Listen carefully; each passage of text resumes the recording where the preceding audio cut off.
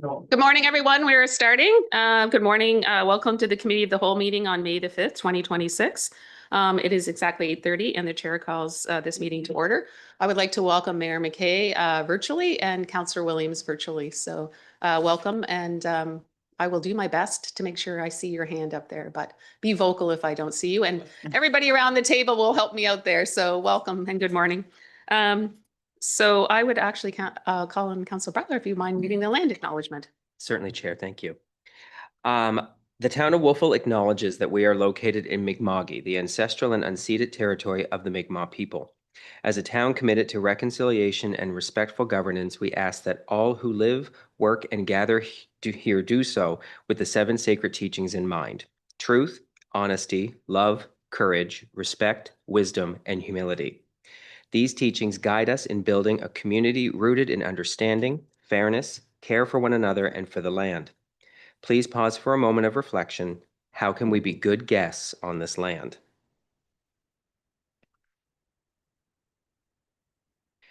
Recognition of historic contributions. We also acknowledge the histories, contributions, and legacies of the African Nova Scotian people who have shared these lands for over 400 years, and we acknowledge the shared ancestry of all people of African descent in Nova Scotia. Councillor Butler, move on to the approval agenda. CAO, are there any changes or additions to the agenda? There are no changes. Okay, thank you. Seeing none, the agenda is approved as circulated. Moving on to the approval of minutes, Committee of the Whole minutes, April 7th, 2026.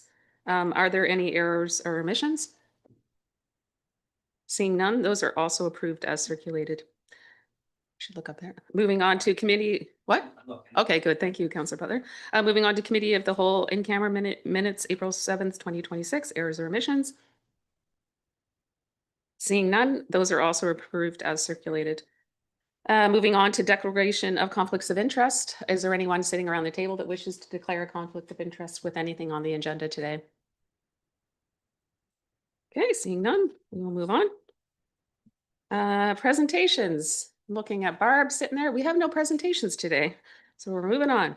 We'll move on to public input. I see a lot of people in the gallery, so I just want to remind all speakers that the town conducts its business with the 7 sacred teachings in mind: truth, honesty, love, courage, respect, wisdom, and humility. Members of the public participating in public input sessions will conduct themselves in a manner that is respectful to the public, council, and staff. Should this not occur, the chair will advise them to end their questions and/or comments immediately. You have up to 5 minutes to provide input to be directed to the chair. Responses will be provided after the meeting, either via email or in person, and may include a future report. Any input that relates to personnel, current or potential litigation issues, or planning issues for which a public hearing has already occurred but no decision has been made by council will not be responded to. Our CEO will have the timer on and he will give you a little notification when your 5 minutes is almost up. So with that all being said, is there anybody that wishes to come up for public input?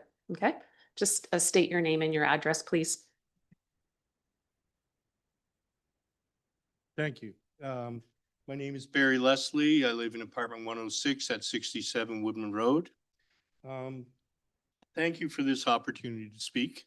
I wish to briefly speak again regarding the Woodman Road traffic filter and to express our dismay with this process and the possibility of it being put into place. Yesterday, I presented a petition with 257 signatures on it from Woodman's Grove Apartments and Tideways. All of these people want the Woodman Road traffic filter removed from the active transportation plan for Wolfville. These people live there and experience the comings and goings every day. We see no reason for this particular part of the plan to be put into place. Beyond this, we do not see how it impacts active transportation or traffic calming. In an email from Mayor McKay that I received last evening, she states, quote, "We came to this plan this spring through our operations plan." So this level of detail has only been available recently. It's not like the traffic filter itself was put in place or as part of the plan 2 years ago, 3 years ago. I understand this has been a long process to, around the active transportation plan and traffic calming. But my understanding is the actual traffic filter on Woodman Road is relatively recent. So we haven't really had that much time to address it. Mayor McKay says the town, quote, spoke to many from Woodman's apartments, houses, and tideways.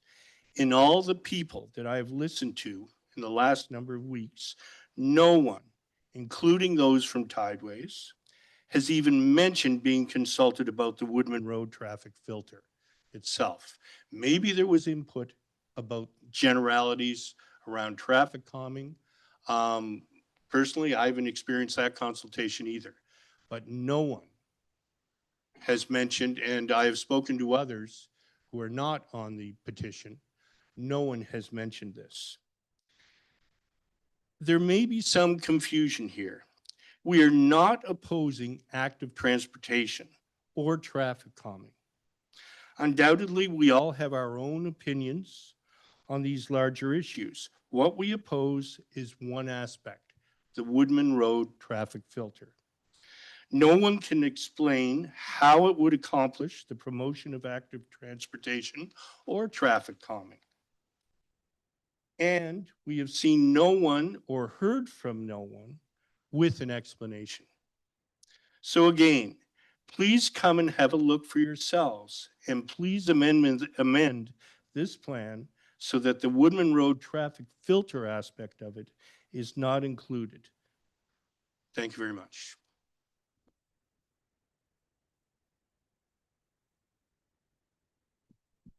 Thank you. Is there anyone else that wishes to speak?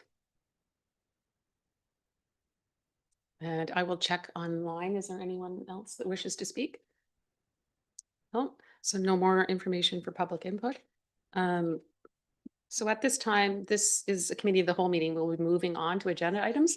If there's anyone here that doesn't wish to stay for the whole meeting, you may leave now so that we can carry on the meeting. So.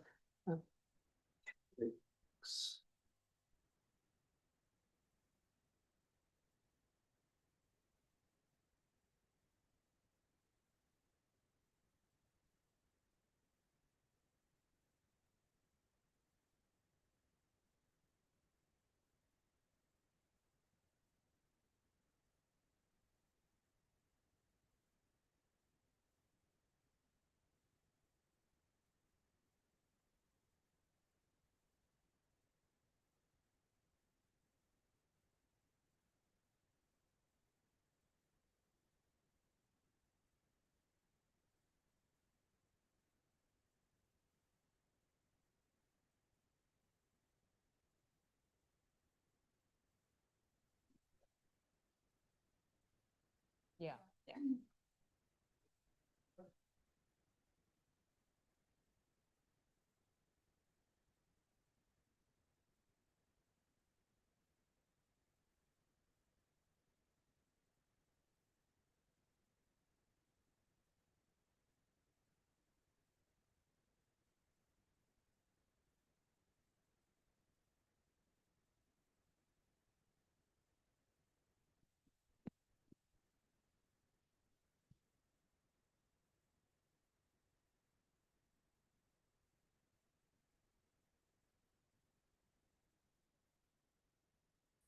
Thank you. So we will move on. Are you all good, Laura?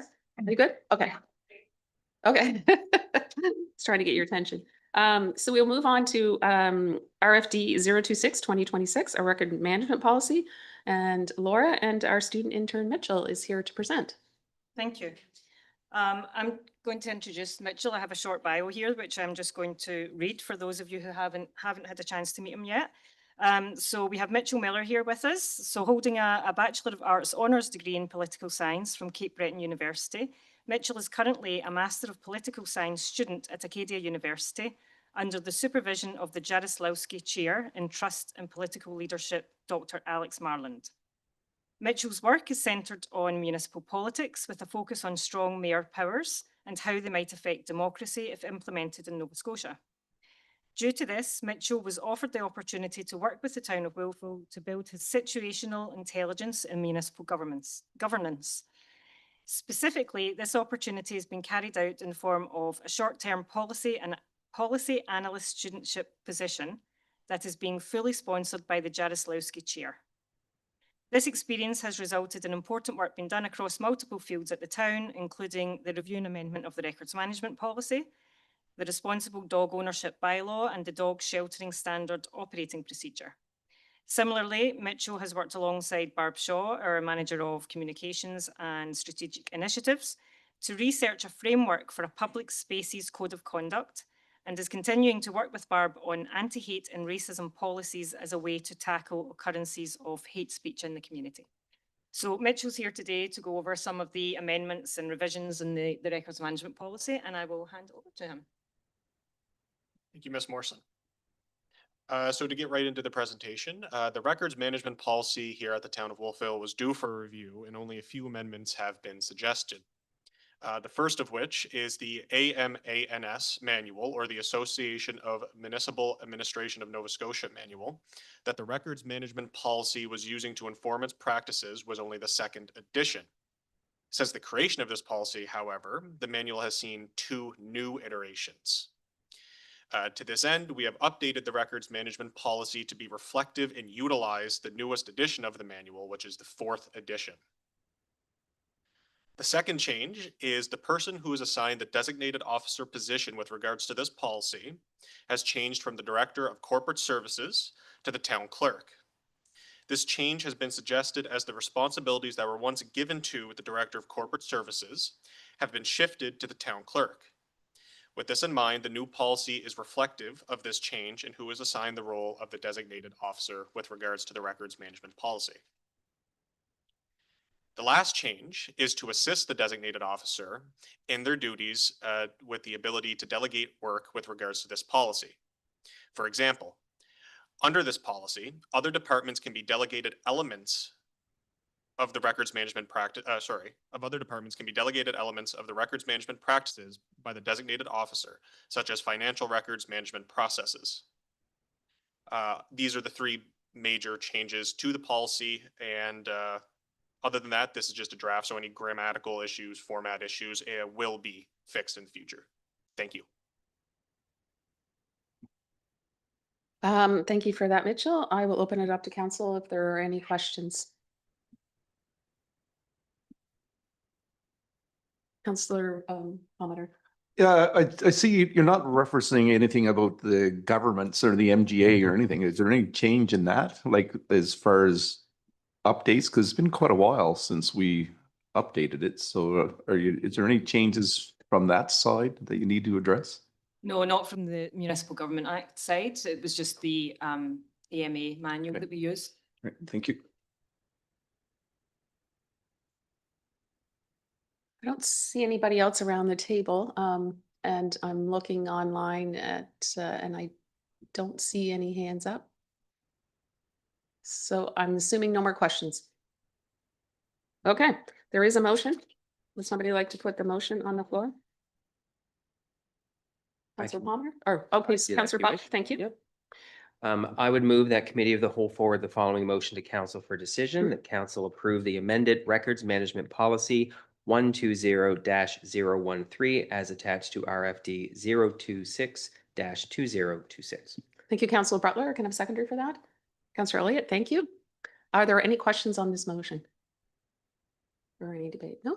Seeing none, I'll call the vote. All those in favor? Aye. Aye. Opposed? And that is carried unanimously. Thank you very much. That was your first time and you did a great job and short and sweet. So thank you so much.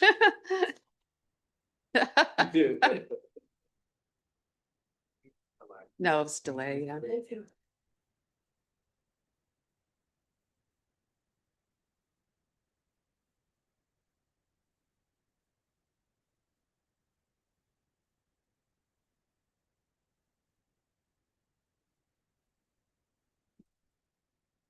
All right, so we're moving on to RFD 030 2026 approach to heritage and culture. Who is presenting that? Well, I think both Director Lake and our manager of, our senior planner, Mark Fredericks, will be joining us at the desk. Okay, thank you, CEO.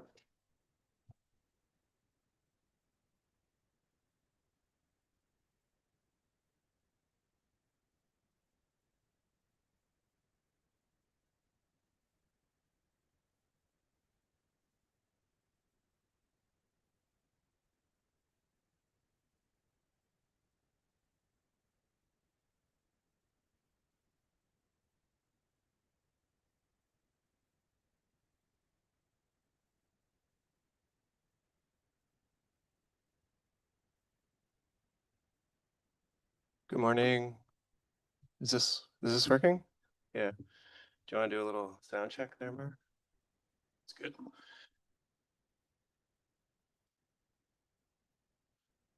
No, just a drum solo. So the two items that we're going to get into, this is Mark Fredericks, Senior Planner with the town. My name's Devin Lake. I'm the Director of Planning and Public Works. But there's two RFDs that are related, and I believe we're going to do them back to back. Yeah. So the first item is, in my time here, which is approaching 11 years, I think we've been talking about doing something like this, a focused piece of work around heritage and culture, and it probably goes beyond my time here. So as we've gone through multiple reviews of our planning documents, including when we finished a plan review in 2019 and what we're wrapping up right now, we've heard a lot about what I'm saying on this slide is Wolfville's pixie dust and the desire to enhance and protect heritage buildings and other elements that make Wolfville what it is. So this was kind of moved out of the plan review. We did certain things within those documents, and we moved that into our operations plan. So what you're reviewing today is kind of an initial scoping exercise that staff undertook to try to get this work moving earlier in the fiscal year, knowing that some of it might take multiple years, some of it might be able to be accomplished in shorter time frame.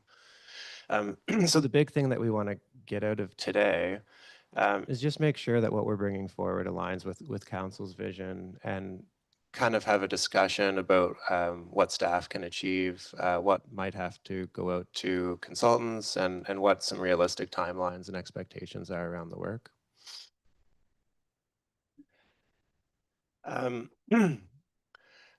We did put some questions for council to consider in the report because I really think it's important for staff to hear the perspective of council as we move forward. We also have our heritage committee that we're recommending this report goes to, but initially we'd really like to be on the same page with scope and scale and where we're going, how much time we're going to spend on this, how many resources we're going to bring to the table. So yeah, the types of questions that I think that we need to think about is how people are defining culture and heritage in Wolfville. How does that contribute to our collective sense of place? So we heard a lot about this through our plan review, a lot of different perspectives. I'm sure we'll hear some of them kind of echoed back through the discussion today. And there's a wide spectrum, certainly, that I've heard from different members of the community, different stakeholders. I think we need to consider what we do now in support of culture and heritage, because I think it is quite a bit, and what resonates with you and what would best support our approach given what we can do as a town. And the last point to consider, and this is a theme throughout this agenda today, is everything we do requires investment. And so how does this sort of stack up against other priorities that we have in the budget and our capital and our operating work plan? So what we did with this report is we went through some initial actions. We tried to scope out and sort of remind people what some of the things that staff and council do now. It is fairly brief, and so there's a lot more that could be said, but we're trying to provide a bit of a high-level overview just to get everyone on the same page before we start moving forward with any more detailed work. So the first part of the report really just tries to go through identifying what exactly our range of influences really within these issues. And anyone that was here when we were working on the climate action plan would find some of this material familiar, because that was another bigger issue that the town really had limited control over. And I always thought it was really helpful to bring in this type of perspective. So what we're saying here is we have limited direct control over culture and heritage. We don't own that many physical assets in the grand scheme of all of the things that could have heritage value in the town. But we do have quite a bit of influence over other things where we're calling ourselves influencers and partners. So we've tried to give some examples here in this table. I won't go through this in great detail because it is in your report. But really similar to other bigger issues, and I'll use climate change as an example, we had very little impact with the direct control, and there's a lot more we can do with partnerships. You can see that in the middle row, and as influencers, and really the place in the valley that I think many look at as the sort of center of arts and culture.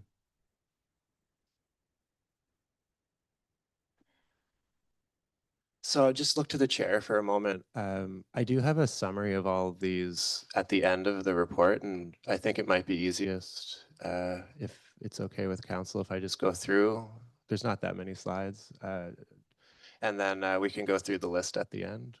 Is that okay? Okay, so this is really just, I'm just trying to summarize the report here. So in defining our approach and looking at what we can do in terms of a heritage and culture piece of work, we were trying to define it a bit. And so what you see on this slide is just some of the work that we think needs to be thought of in a little more detail. So we're talking about tangible assets, that's built heritage, the cultural landscapes, the natural heritage that's all around us, and then the intangibles, so the people, stories, traditions, and events. There's obviously a lot we could say about these two things, but just giving some examples of ongoing things to make it real. There is a lot of effort being put into the natural environment and appreciation of that through working with the province around topping of the dikes and including a walking trail, and discussions we've had with the UNESCO site in Grand Pré. There's culture and storytelling in almost everything we do, but some ideas that are in the report and discussions and programming that we do with the Randall House, for example, are around guided tours and interpretive signage. And then with the built environment, it's really around buildings for the most part, so celebrating what has been built in the past. So the question really that we're leaving you with here is, what have we missed? What else can we do to define our approach and bring people along with the work that we're doing? So there's a series of directional questions here, and I do think this one is pretty important from a staff perspective, just reflecting on the role of the town. Is the scope and scale of the efforts that we've outlined appropriate? And are there things that we're missing? And then we have a bit of emotion. We can go through this at the end, but it's really talking about staff working with local experts and stakeholders. So committees of council, that we'll get into describing our Randall House staff as well to better define the parameters, but also start moving on some of the actions that we're defining in this report. The alternative here, and I think it's important just to pause for a second, is there is a whole other scope and scale of work that other places have done. I'm sure people will point to other communities that have done extensive studies, and we could do that. We just would want to take a pause and bring back the appropriate piece of work and look at external resources for supporting us with that. It's okay. I was able to get a drink of coffee.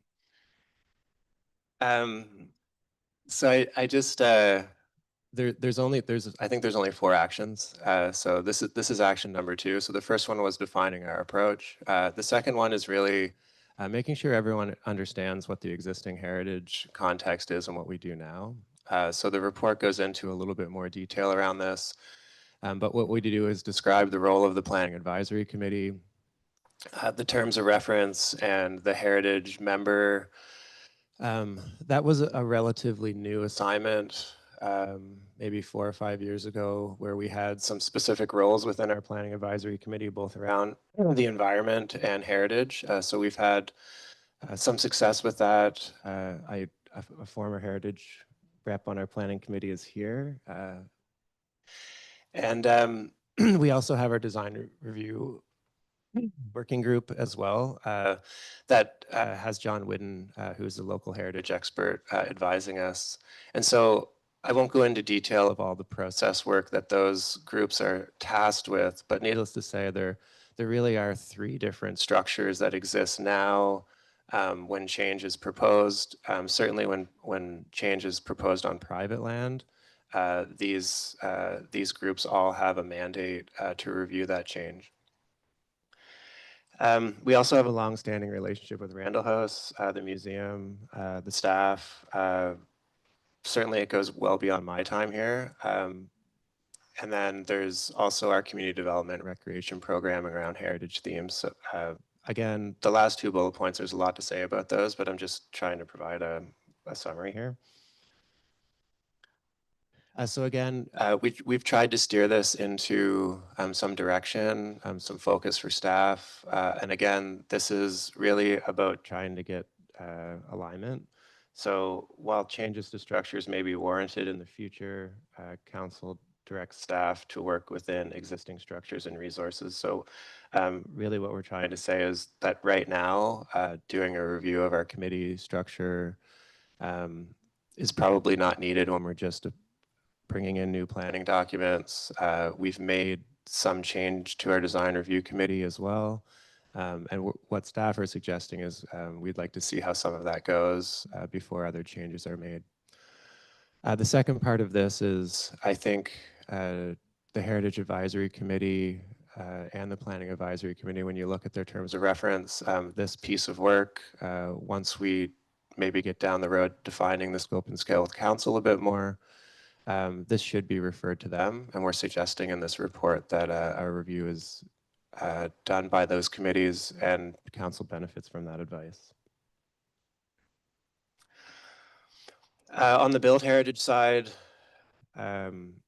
this is really the work that the town has probably spent the most time on, and in the planning department anyway, we would sort of action items forward to the Planning Advisory Committee and the Heritage Advisory Committee at different times. So we do have direct control over land use planning. We also obviously control our town-owned properties, and we do own heritage properties.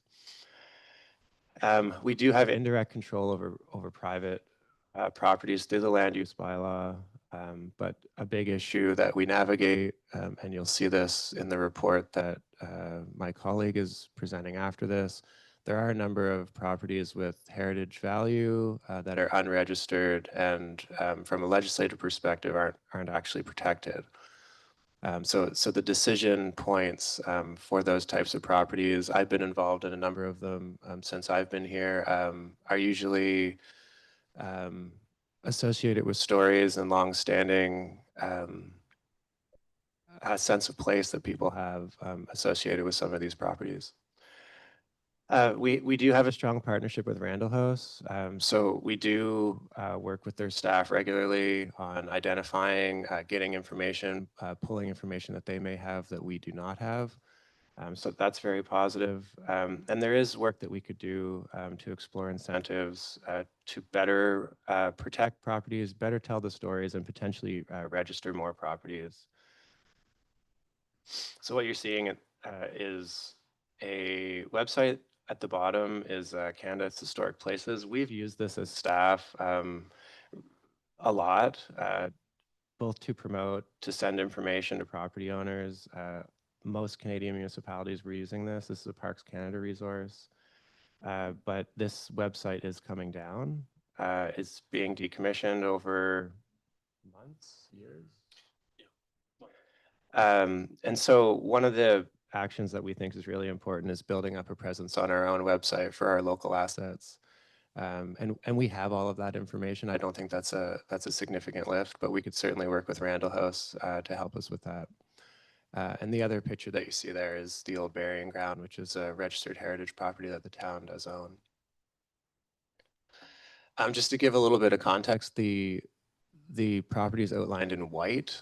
I guess it is a little bit misleading where the entire Acadia land is outlined, but they have heritage buildings within their property. So there's a number of properties, mostly concentrated around Main Street, that have gone through a registration process and are, I'll say, more legally protected than others. And some actually have a provincial designation and a municipal designation.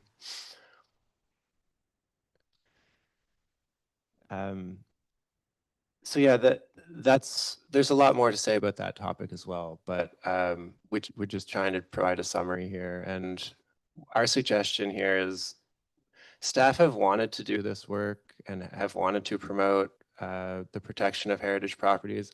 I'm not sure it's always a registration that is the best tool. And you'll see language in here talking about a stronger inventory, other ways to celebrate properties, and potentially registering properties as well. But most of the properties with heritage value are privately owned, and there is a decision point and working with people that own these properties. But I think there's quite a bit more we could do. So just a heritage property in the bottom left there, and then a recent heritage registration, the image in the bottom right with the Acadia marquee sign.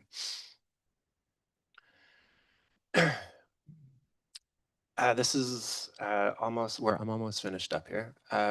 We do have a long-standing relationship with Randall House, and just in the last few years, there has been quite a bit of public discussion, meetings, a sign that went up in front of the Randall House Museum for sale.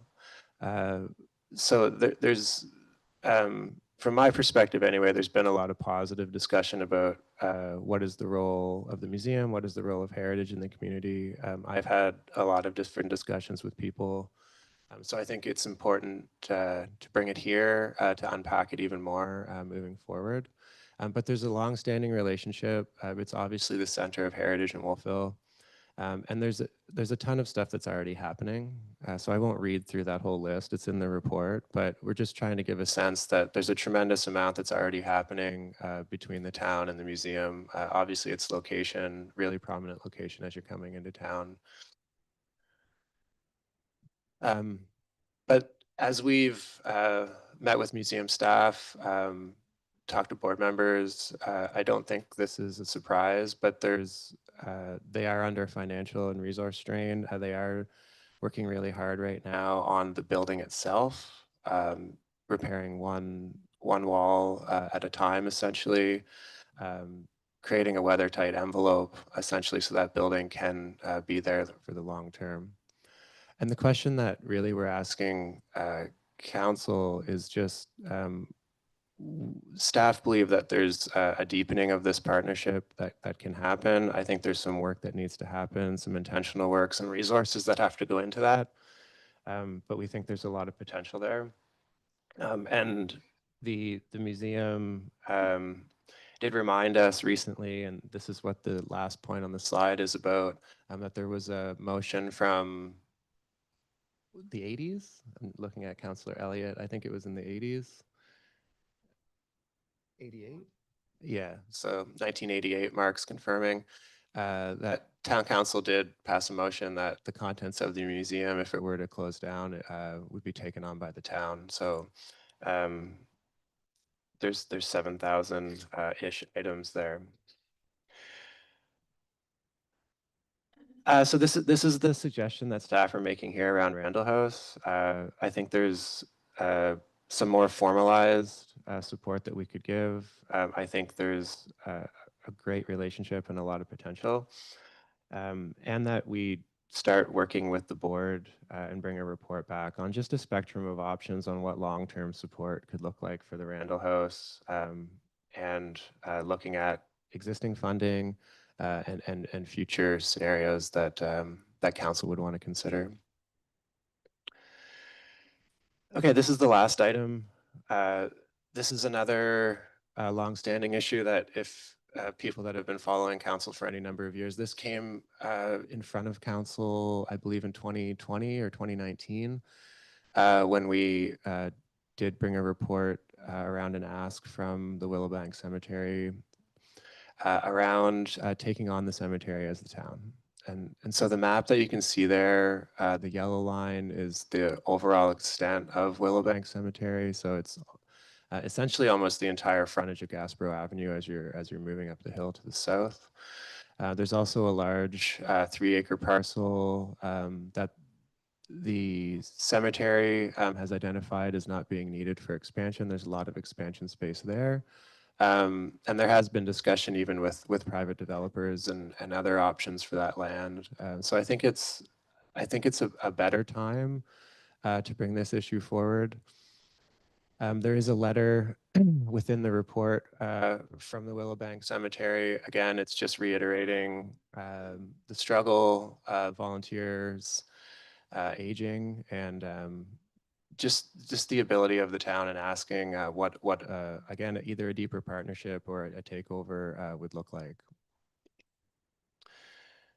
So again, this isn't asking to make a decision. This is really asking to put in additional time with the board, bring back legitimate options with financials and some of the realities operationally as well of running this space. But certainly staff are suggesting this is a good idea, and the timing may be better than previous efforts.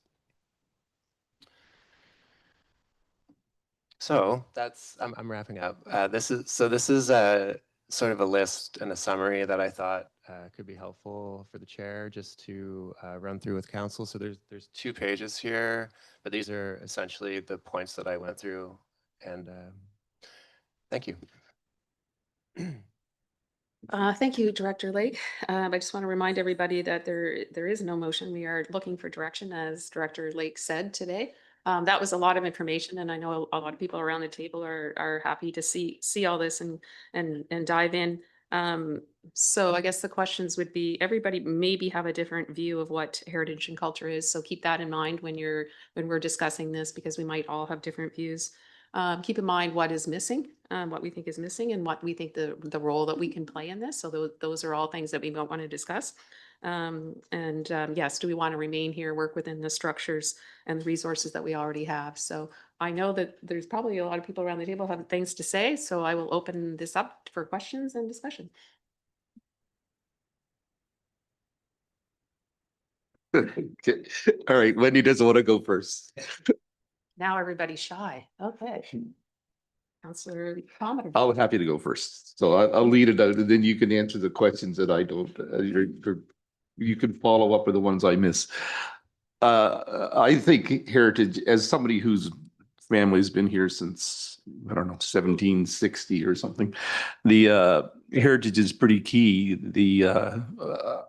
I think that one thing that I question, and this is, I've said this before, is like with the Heritage Review Committee, whether or not it has enough teeth, and I would like to see it have a little bit more teeth. Maybe, I don't know how we do that, but that's something that we need to address. And the other thing I think we don't want to overlook, I know we have some beautiful old houses that date back to the 1850s, 1880s. But now, as we all get a little older, there's houses on Chestnut, houses on Kent, houses on everywhere that are actually piece of our heritage that we can't forget about those ones, that they're here, and they're part of what makes Wolfville and part of the pixie dust that we have here. And I think heritage is something that we have to be pretty aggressive with, but also very careful with. We don't want to blow it away, because we want to maintain our heritage. We need to maintain our heritage here, I think. That's an opinion, I guess. But anyway, I would encourage you to go ahead. But the question I'd have, like, I'm kind of babbling along here. The question I have, when it comes to the private properties and the registering heritage, what kind of thoughts do you have on that? Because that's a pretty wide open brush, that. And I don't know how we would do that because that's still private property. Thank you. Thank you for all those comments. On the registration of buildings, I think it's a conversation, and we need the time to actually have a conversation with the private owner to see if there's interest there. To be completely honest, in my time, we haven't had a lot of resources, staff time to go out and do that. I think some additional partnership, contractual or otherwise, with the Randall House could help. But yeah, I don't have a silver bullet answer, because a lot of private properties have absolutely no interest in registering, and they see it as an encumbrance more than anything. From the registrations that I have seen, I do think it takes a certain person or a certain family to sort of want to buy into the legacy of what heritage registration means. Yeah. Councillor Van Niekerk? Um, I like a lot of what you've presented today, and so thank you. I'm,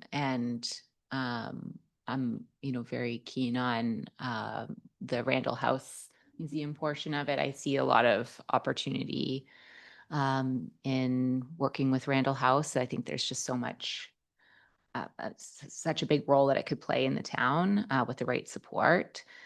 And a lot of value that it could deliver. I guess my question was around more on the culture side of things, less about the built form. And just going back to when Rachel Bedingfield presented to us about the work that she was doing on, I know it was more focused on recreation, but I just remember her speaking about how she was looking at our natural resources within the town and how those natural resources affected play, and as a result, well-being, and as a result, culture.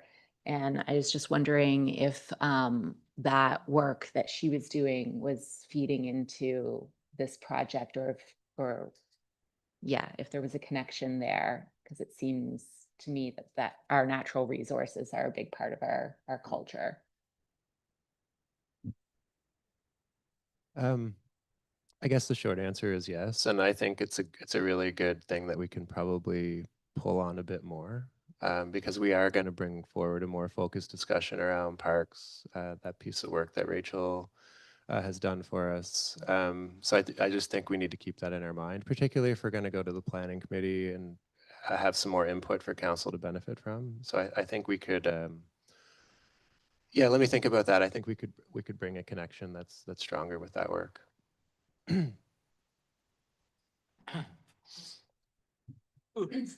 Howard go. Councillor Williams? Yeah, thank you. I was a bit disturbed by the fact that the dikes and dykelands were considered the natural environment. They are, in fact, a manufactured landscape, and I'm sure the Acadians would prefer it to be so described. And that's more of a point of clarification. But the other thing, of course, is I had a question about the cemetery. Is there any income associated with the cemetery as it currently stands?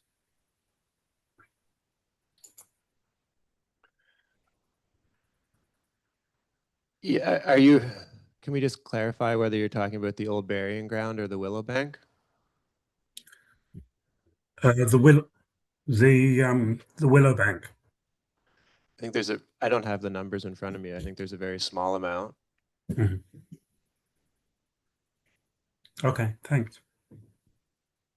Mayor McKay?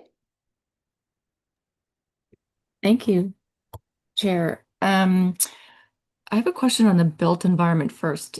I know we don't have a whole lot of control over those that have properties that might be of historical interest or value to us. How do we entice people to, I know you said it's more of a hindrance, But if we identify them, what is at our disposal to help them along? Is it Bill 177? Is it just supports? What are the tools we have to bring some of those properties into heritage? There are some financial incentives that are offered through the province. There's obviously programmatic things that we could create as the town, and I think your suggestion around Bill 177, which is really a taxation tool to give property owners a bit of a break if they're making particular types of investments, or in this case, preserving heritage, is another thing we could look at. Other places have like facade improvement grants and things like that for certain types of buildings. So I think there are some tools that we don't have in our tool belt or toolbox, so to speak, that we could develop. Yeah, I think I would be interested in seeing what that would look like. I'm not sure if we're going to run through the questions and those types of things, but for me, that would be something that might entice people to look at this a little bit differently as opposed to a burden.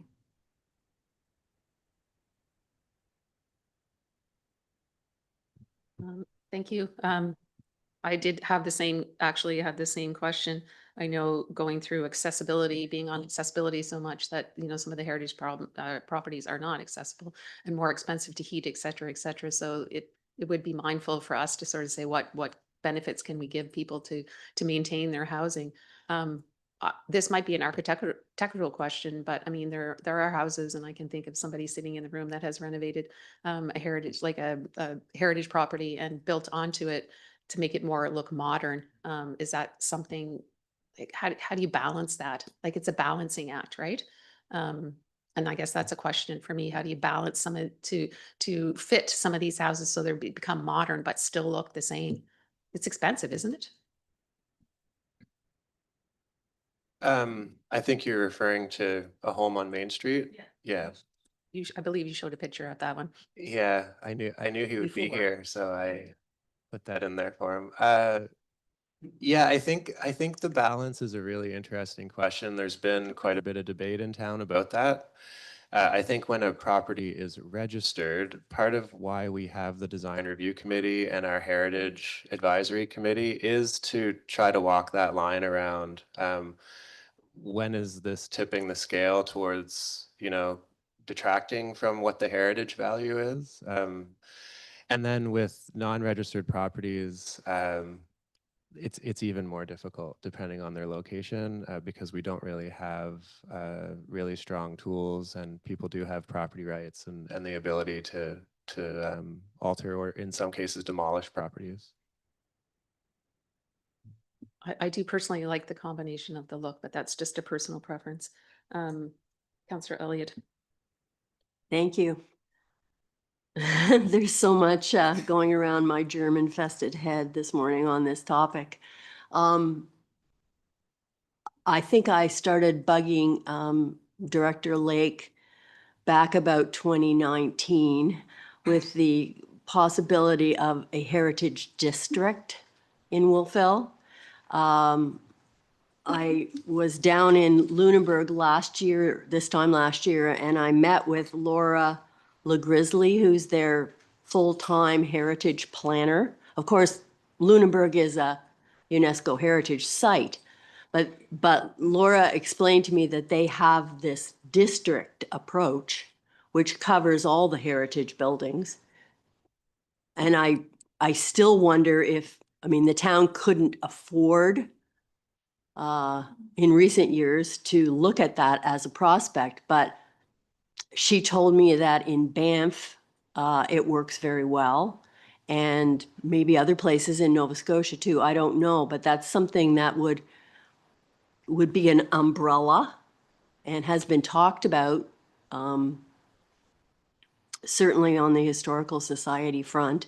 And when we had a working heritage committee, there were lots of opportunities to talk to people and work on registrations, but there's less and less incentive. So if we could offer any kind of financial incentives, that might help. But looking back to the duplex that Acadia tore down a few years ago, it was a designated building. They said they wanted to tear it down. They had to wait a year and down it went.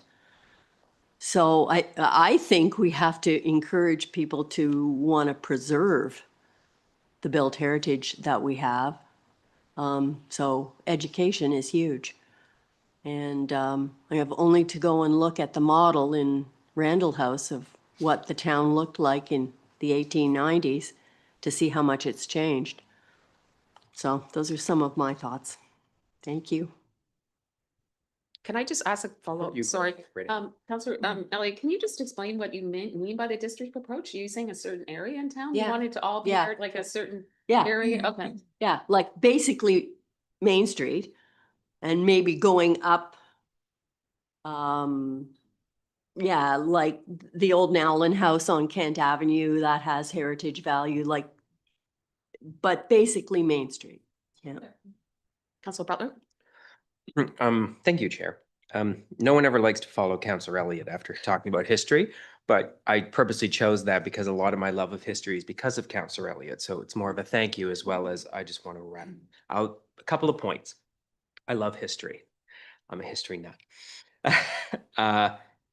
Reading this, it was a lot of fantastic information. As soon as I saw Heritage Advisory Committee, I thought of our other advisory committees and what they have produced in my time as a councillor. So we had environmental sustainability that created a climate plan. We have an equity and anti-racism advisory committee that created the equity and anti-racism plan. And we have, I'm missing one and I just had it in my head, the accessibility, and they created an accessibility plan. So in looking at advisory committee, is it possible to come up with some sort of heritage plan? I love our plans that we've put forward because they have goals. Some of them are provincially mandated, but maybe it's something that we could just work towards to have those 4-year goals of what we want to see come into place. You know, we have a Heritage Advisory Committee component, so it'd be nice to maybe move that information into something handheld, tangible to see. Heritage and culture, to me, when I'm one of those folks that when I travel, I use technology to find history. History and culture and all that to me is when you drive through a town or walk through a town, it's visible, it's accessible.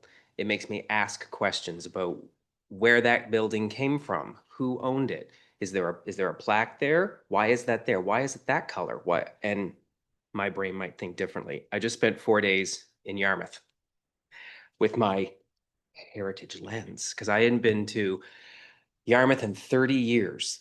I know, I'm only 29, but I stayed on Main Street in Yarmouth and everything was accessible to me.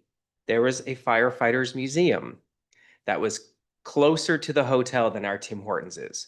And I went on the Wednesday and had a field day. I lost my mind. I was the only one in there. They let me play with everything. I went back 2 days later and I was still the only person that had walked through that door in 2 days. And there were 210 registered municipal leaders at that conference, and no one took the time to walk the same distance as our Tim Hortons to one of the best museums that I have ever been to. And it's accessible, it's visible, it made me ask questions, and I don't understand why no one else took that initiative. I scolded them, don't worry. I feel Wolfville has that opportunity. You drive in, you see Randall House. You drive in from the other side, there's Landmark East, there's Acadia. Those places are visible.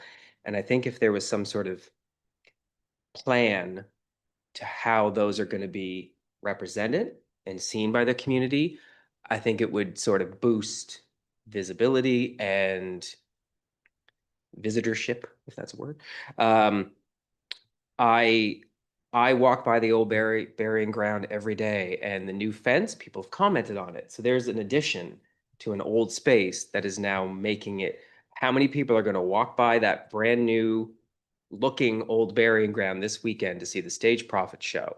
And it looks better than it has in so long. Those little things, I think Wolfville's doing a great job, but if there was sort of a checklist of those things, it would be good. Everything in here is a great sort of stepping stone to the preservation, and I think it's about communication with the young and the seasoned to how we can make all that work. So those are my observations just going through this. Great work, great work. Councillor Butler brought up a point about advisory committees and what role they have in it. I guess one of the questions I had written down, Devin, as you were presenting, is what role do we need to see more of a role in planning in this? I mean, we've been so busy with everything else. I feel like in planning, there's people sitting around, Councillor Elliott, Mayor McKay, and myself are on that committee, and we haven't talked about it a lot. Is that something maybe we can bring forth and get more advice on? We do have a heritage rep on that committee also, so maybe that's something that we could look into. So before I get to Mayor McKay, I know we're talking a lot about the built environment, and somebody that's worked on accessibility a lot, I think built environment is like your big one. Everybody says, what can we do for the built environment? So I'm looking at the other two, the culture and storytelling and the natural environment, that I feel like we might be able to dive in a little bit sooner. I feel like the built environment, it's a little bit harder to control, to say, this is the section that we're going to say, people, keep your heritage home or whatever, because we can't control what people are going to do. We can only control our town assets. To a certain degree, but I'm thinking that the culture and storytelling, some of that maybe could go through the Equity and Anti-Racism Committee. And myself, I think it would be very interesting to be walking around and seeing signs and sort of following them. We have a natural woodland, we have all this, what's been happening there. And then also the environment with the dikes will be interesting, and keeping in mind, heritage, we're looking at history, right? But we also have to remember accessibility issues too on the natural environment. So that's my say. Sorry, Mary McKay, I'll hand it over to you. I think we're on the same page anyway, Jen. Chair, I was kind of thinking the same thing. I think there's a section for the built environment where we can, do those incentives, identify the spaces, and that's I'm not sure how big of a project that actually is, but bringing that in and bringing it through the Heritage and the Planning Advisory Committee. And maybe on the Planning Advisory Committee, there's just a standing item that there's always a heritage, item that we always talk about. So we keep moving things forward once we get through our plan next week. So I think that's one way. But when I listened to Councillor Butler's story too, I have to say, it's interesting to me that, I moved here I'm technically not there, but to Wolfville 20 years ago, 20 plus years ago. And I didn't know what Randall House was. No one told me, no one said, come on in. There's not a sign there's nothing that says, come visit us in a real profound way. And I think if you asked a lot of other people, which I did, some people said, I've never been in it, who live in our town. So I think that there's some really cool things we could do in terms of programming or inviting people into the Randall House or the stories that they tell. So I think this is the twofold thing, which you've pointed out in the documents. So I'm wondering, Chair, if we go through some of the questions that are on here, if we'll find a plan at the end of these, because I think these are really good discussion questions to go through, and this is sort of just exploratory, and then the staff can come back with a plan based on sort of the answers to these questions. Sounds good. So thank you, Mayor McKay. So Director Lake, you've got the seeking direction on there. So as council, should we go through some of these questions? So I will throw the first one out. Everybody can read it on their own, unless you want me to read it, but it's up there. So we'll take the first one. Do we want direct staff to work with local experts, stakeholders to better define parameters that'll guide the town's approach? So I will, Councillor Elliott, you have your light on? Yes. But if you want to do the questions, that's fine. I think we'll go through them one at a time and I'll sort of get a consensus around the table. So the first one, what does everybody feel on the first one? In chambers, everybody's nodding. I see Mary McKay nodding, Councillor Williams. I see everybody nodding. So Director Lake, we feel that that's the direction that you should take. Or check that box off. How about we check that box off? Can I pause there sorry. just for a Yep. second? Yeah, no, I appreciate the opportunity. So what Director Lake has described in terms of our approach and what council has just been speaking of, again, just a reminder, we've kind of framed it in terms of three parts of our culture and heritage approach, described generally as the built environment, as the natural or physical environment, and then the more programmatic or storytelling, a little bit more intangible piece where we would come together. So, no, if does council generally feel that that captures it? If you were to give us feedback in one sentence around culture and heritage, does that capture the parameters that we're looking at? Is there anything else that you'd like to add to that so that we can, when we do define these parameters, we're as close to the mark as we can be? Councillor Elliott? I agree. Okay. So is everybody happy with those three parameters? Yeah. Councillor Williams has his thumb up. Mayor McKay is nodding. So CAO, we're fine with all the three parameters.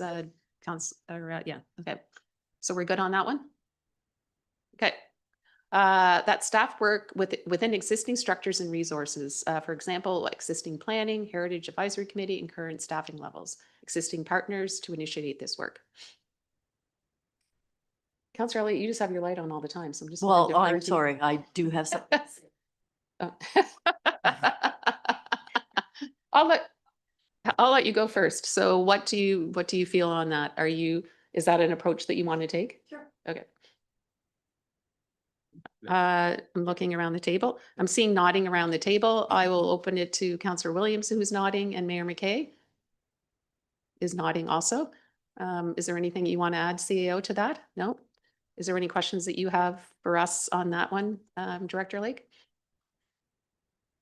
If I may, I would just add that some of the comments today were really helpful in helping define that. And I think Councillor Butler's desire to have, I think what you said was sort of like a list that we can check in on and make sure that we're being accountable to the actions, I think is really important. And I think some of the other committees have done a tremendous job of that.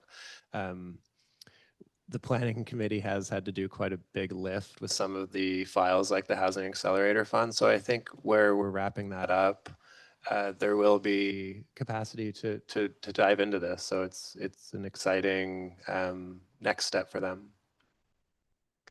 I just have one question, and I probably do know the answer to it, but you did mention like there are a lot of heritage buildings on Acadia. And do we work with Acadia at all in that heritage? When you say existing partners, would they be considered a partner, or do they have any expertise that we could benefit from? That would be the question. Yes, they do. Yes. So we should bring them into the conversation for sure.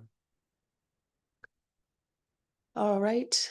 Any more questions on that one, Councillor, or not that one? Are we okay to move on to the last one? Yes? Okay. Last question is, this report be referred to the Planning Heritage Advisory Committee for further feedback. I think Councillor Butler's already said that. I've already said that. I see people nodding around the table. Mayor McKay and Councillor Williams nodding also. All right. Good, Director Lake? Okay. And that the next one is that staff work with Randall House Museum as well as provincial and federal partners promote additional properties in Wolfville being inventoried, celebrated, and potentially registered heritage properties.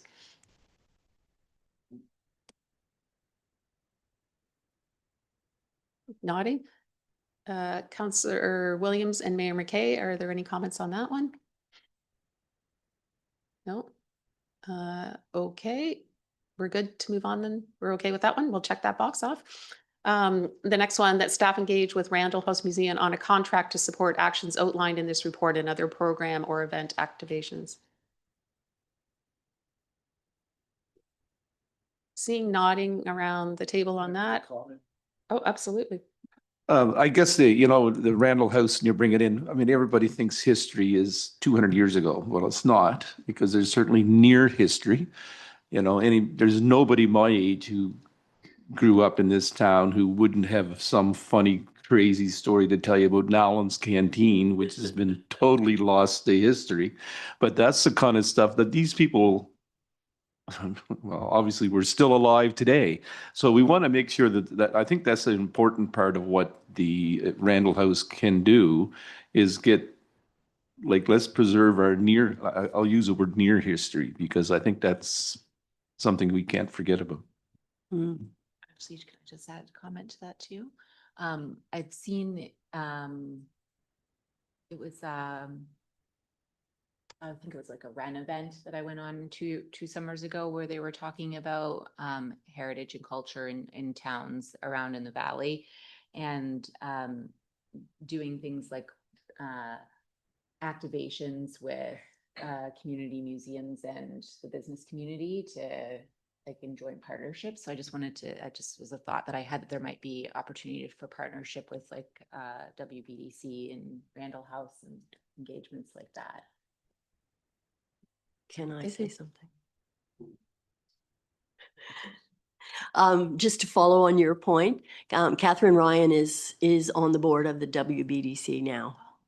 So that there's more integration, and yeah, she saw that as an important thing to do. So that's good. And I also wanted to shout out to Nick, if I could, because staff in the rec department are really good at creating programming that will allow our youth to know history and to celebrate it. And the way the museum and the rec staff work together in the summertime is just superb. Are there any more questions? Can't see Mary McKay very well. I just have a question. We always talk about Randall House as the one that always is giving us information, and you typically use Catherine and Randall House for a lot of resource. Is there anyone else that you have used as a resource in this town that we just don't hear about? Like it's Randall House, Randall House, Randall House. John Whidden. I just don't want to miss something that we don't know about. That's all. I think most of the resources we've used are affiliated with Randall House in some way, or Wolfville Historical Society as it was. But certainly John, I'll say his name again. John Whidden has been a resource, and his book sits on my desk. I use it all the time. Yeah, I think we're fine. Should I mention your name in there, Councillor Elliott? Or what? All right, so I see Mayor McKay, your hand is up. Go ahead. Thank you. Director Lake, can you describe or tell us what, for anyone listening, or maybe for some of us who don't have a full grasp of it, what is the relationship between the Wolfville Historical Society and Randall House? And because in the documents too, they were interchanged a little bit or referenced separately. So can you just tell us what that relationship looks like? Did that make sense? Yeah, and I don't want to misrepresent this, so I'm looking at Councillor Elliott a little bit so I'll give my understanding. So there's been a lot of discussion in the last few years, and I put that museum for sale sign up, and certainly the Wolfville Historical Society has a long history of, I guess, like working with the town, taking positions on things, advocating. They were really involved in basically all of the registrations that we have on the books today for buildings. I think fast forwarding to today, I think the Randall House, the building itself, has been where the limited resources and energy have gone, and that's most of the focus now with the people that are involved. Because I think without the building, people felt that it was difficult to have a presence. But I'm looking at Councillor Elliott to fill in my summation. That is, in fact, they are interchangeable. The Wolfville Historical Society has a more educational focus. We have a talk on archaeology coming up, local archaeology on May 17th, like that kind of thing is not at the house or at the museum. So they're kind of dual focus there. But I'll just remind you that Tim Hortons used to be a DeWolf house. And the push to tear it down was why the Wolfville Historical Society was created. And the house got torn down in the end. And when Randall House came up for sale, that was the push to have something tangible. And it's still there. So that's a good thing. So does that mean that the Wolfville Historical Society is the board who makes the decisions for Randall House? That's right. Okay, just clarifying, because when they're interchanged, I just want to make sure and everyone else knew the same thing. Okay, thank you for that. That's a good question. Are there any more questions? Again, the question is that staff engage with Randall House Museum on or is it that one or the next one? We're still on that one. Okay. That staff engaged with Randall House Museum on a contract to support actions outlined in this report and other program or events activations. So we're still on that one. So have we asked enough questions? Oh, Mayor McKay? So would that be a contract that I agree. I think the first question was use the resources that we have and local resources. So, and we all answered yes, of course. I think that Trump's getting a consultant in, because I think, Randall House and the people who are on the Wolfville Historical Society know our community better than a consultant that might come in. But I'm curious how that would work in terms of a contract. How does that work? Are we contracting the Randall House, or are we contracting an employee? Because as a municipal government, we have constraints on, what we can do, what budget we have, all those types of other things that go along with our staff and our structure. And if so, will they be working under the same constraints as us? Because anyone can give us, I guess, some advice, but will they have the same parameters that we work in? And is it with Randall House or an individual? Did that make sense? Yeah, absolutely. Those are all really good questions. And I think where we're sitting today is we need some additional capacity. I think the long list of support that Randall House staff really, and I'll say it's, right now it's mostly Catherine Ryan that we're interfacing with, that's representing the Randall House.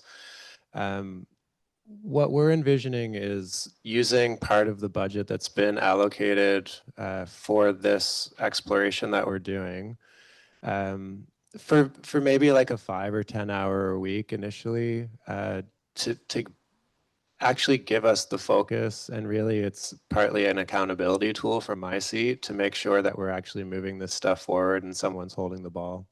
But I think that may evolve as we move forward. But initially, that's what we've been thinking. Mayor McKay, do you have a follow-up to that? No. Okay. Are there any more questions on that? I had the same question, so yeah. Are there any more questions on that before we move on? Oh, okay, and I'll just ask, are we agreeing on that one to put that back? So I'm seeing nods on the head that one's also yes and a checkbox. All right. We'll move on to the next one. Staff in consultation with the Wolfville Historical Society bring a draft report to explore a spectrum of options for long-term support for the Randall House Museum, from recurrent grant funding to ownership. That's sort of a big one, so I think we'll sort of pause there on that. And is there anything that you want to add for an explanation on that when you're saying from current grant funding to ownership? That's a big transition there. Is there anything you want to add before we discuss that, Director Lake?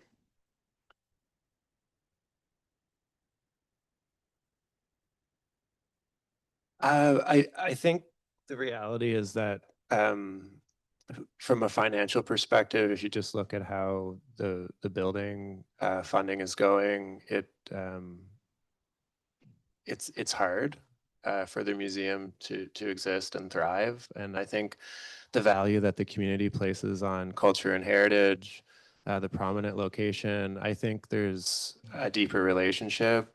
The CAO and I chose that wording of a spectrum of options. I mean, we're not compelled to, we don't have to do anything, and we do support the Randall House now. But I think it's worth having a discussion on what things could look like. The end of the spectrum would be, you know, the town could look at, like other municipalities do, owning and operating a museum. That is something that could be possible. But I think that needs more discussion. And I think what we're asking today is just really to, is there interest in having the conversation, bringing it back to council? Some initial opinions would be certainly very useful for staff if we work on this. But And just to put a fine point on what Director Lake had just said, the terminology there of long-term support for the Randall House Museum from current grant funding to ownership is not a proposal of a transition of the relationship. It's supposed to reflect the full breadth of the spectrum of options.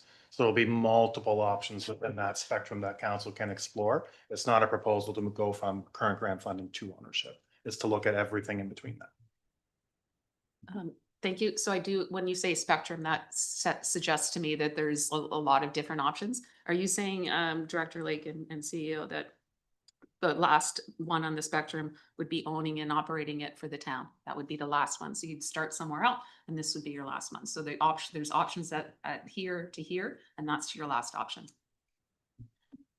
yeah, I think that the beginning of the spectrum is do nothing and just keep doing what we're doing, or do less. And then the end of the spectrum, and there's options in between, would be essentially owning and operating a museum and taking on the staffing and the stuff that they do. But I think there's a lot of questions and discussion that's required to get there. And I think that would take time. You know, my opinion is that it's a really worthy question to explore. I think it's really important that museum is there, and I think it represents so much reflected in this conversation. But I think, you know, through the discussion, we'll see where it lands. Mayor McKay. You can call me anything. It doesn't really matter. I'll answer. Yeah, so I had a question on this because I think it is, again, another worthy question to explore. I also don't want to give an impression that we're taking, you know, just coming in and taking it over. So I'm, you know, and what are the steps in between to get to a place where that is a sustainable building? And all of the, and you know, somewhere in the report too, it said there are, I forget how many artifacts that needed to be managed and put into inventory and said yes or no, these are good. So there's a lot of things I think that would have to go into even getting to the end point. So is the Randall House or the Wolfville Historical Society interested in this? I'm assuming a discussion has been had. Otherwise, this was a pretty awkward one to put on a slideshow. And then what is the end goal for them? And yeah, I think it would have to be a really phased in approach too. So we are being responsible with taxpayers' dollars, because if the building is in really bad shape and we're, you know, putting in money to keep it going, you know, if it's 10 years down the road that we buy it, what happens to it in the meantime? Is it a phased in approach with the two of us working together to come to this point? Or does anyone know yet? No, no one knows. Again, really good questions. These are all things we need to explore. And but if it puts your mind at ease, I don't see it being anything that's happening really quickly. Even if we were to go in that direction, I think it's years away, lots of discussion, lots of consideration. Yeah, I've never had any direction to formally engage with the Historical Society in an actual discussion. I think the CAO and I would benefit from you know, having the sort of political will behind it to at least explore, because otherwise we're kind of out on our own. Yeah, may I, Chair? Yes. Yes, absolutely. Thank you. Yeah, I guess I wouldn't, I think the discussion is probably the first step, and because again, I don't want it to come in and make it feel like it's a hostile takeover, because that would not be my wish. And then, you know, as even if it is years apart, would want to make sure that, you know, either the CAO or the director is there at the table making those long-term decisions with the Historical Society, so we can, if that's the long-term goal, that we're invested in it from the beginning and helping them out and making sure we're at a reasonable place to take it over or not, or figure out what that is. So yeah, it would be an interesting conversation. Thank you, Mayor McKay. Councillor Palmer? I think the Randall House certainly has a role to play in our town. I don't think there's any, in my opinion, there's no question about that. I'd just be very leery when you're having any conversations about buying it. It is like, where does the rest of the grants go? We don't need to see the provincial and federal government run away like they have of the libraries and that kind of stuff as far as support go. And if we own it, where does that support go? So I'd just be leery of that.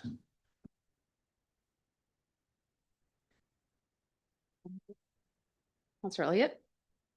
I would just add that the Historical Society, much like the Willowbank Board, has had massive challenges recruiting new members.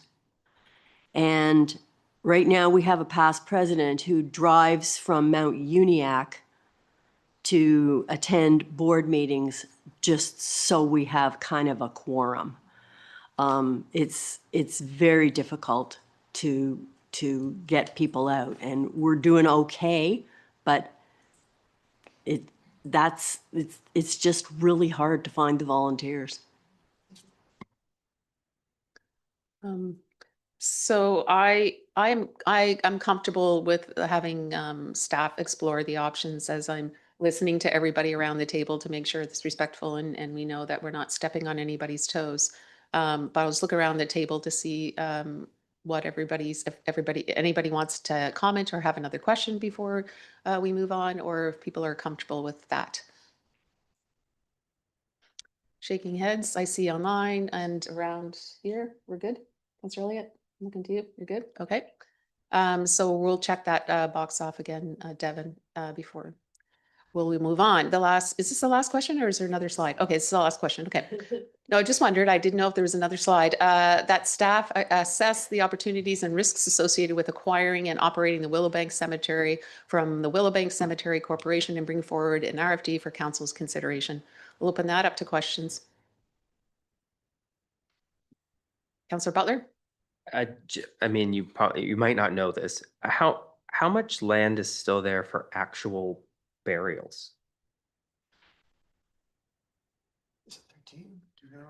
I guess how many plots are in existence there? I don't have the stuff in front of me, but I can provide that for you. We've actually Is there still? lots, yeah. Okay. Okay. Yeah, we've been wanting to do a more detailed mapping exercise with that, and our GIS coordinator, who's sort of Geographic Information Systems is what that stands for, has actually worked in the past, and some of these projects haven't got off the ground with COGS. I'm trying to get a student resource in to help the cemetery out and really understand what's in there, because a lot of the mapping is really dated, and we have really great tools that we could take on. Okay. Yeah. Thank you. Are there any more questions? I Yep. do remember us having this discussion before we move on. Was it back maybe in 2020? Because they did come to us then and they were struggling with volunteers also, as Councillor Elliott said. Councillor Palmer? Well, I guess the question is, what happens if we don't? Lots of my ancestors are there. I'd hate to see them become in disrepair.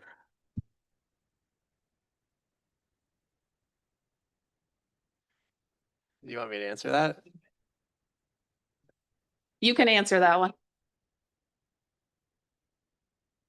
Yeah. Mayor McKay? Thanks. Yeah, I remember this too, Chair, and I honestly, I don't even remember what the outcome of it was. But I'm happy to see it's back on on this discussion.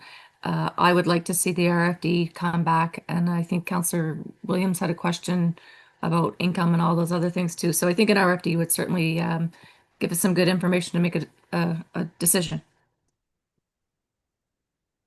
I agree with that, Mayor McKay. Looking around the table, if people are comfortable with that also, it seems like we are.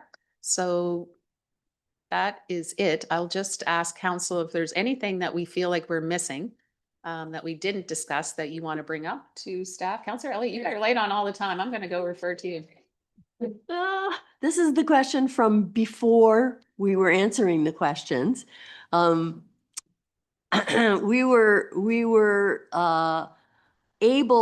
fortunate to, I guess, recreate the Public Art Committee as a working group, which doesn't have a huge agenda in terms of, meeting every month and reports and staff time. I think I'm right in saying that, Mark. And I'm wondering if during this process of investigation, if it would be helpful to have a built heritage working group to try and assist and offer resources. Just my thought. It's something we can look at, absolutely. And I think that'll come up when we take this to the planning committee. There'll probably be members on that committee that are, I'll say, more interested than others, and maybe there can be a smaller group that forms. Thanks, Mayor McKay. Thank you. Yeah, I don't know if it's a build heritage, another committee per se, but I think I'd be really interested, and I think I said this at planning. Planning and the design review committee, I'm sure for, very good reasons, have not come together. But I think when you're looking at DAs and things like that, I know we need to be separate. But when we're looking at these types of things, I think it would be a really interesting conversation if we actually had the design review committee, planning committee, and the arts committee, public art committee together to figure out, because some of these are programmable, some of them are built, some of them are in policy. It would be an interesting discussion if we all got in the same room to kick off some discussions and see where things landed. Because I think they're intimately intertwined. Thank you. Any more questions or comments before? And I just am looking to Director Lake and our CEO and Mark Fredericks, if there's anything that you feel that you need anything more answered or we didn't discuss that you need feedback on. Not from me. I really appreciate all the feedback and thought, and I'll just say that was a good warm up for the next item that's coming at you. Yes. Are you segueing into the next item? I'm just going to look around council and just wondering if we want to get through the next item and then have a break, or you wanted to break now. So we're going to go for the next item and then maybe take a short break after that. That's okay with council? What? Okay. Okay.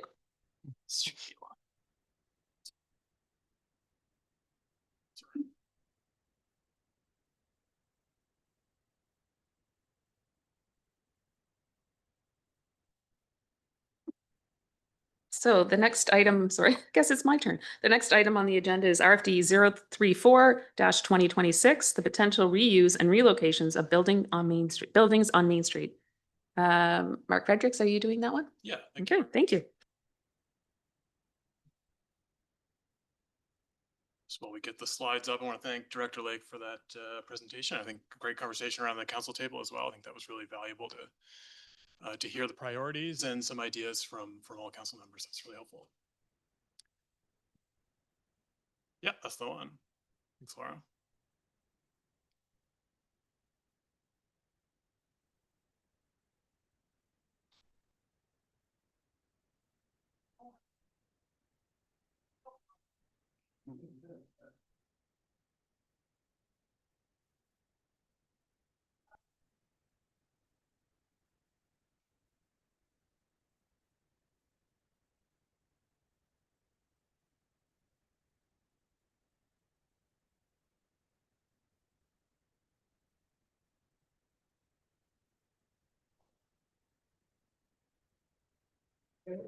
Just confirming, Mayor and Councillor, you can see the presentation that says potential reuse and relocation of buildings on Main Street on your screen.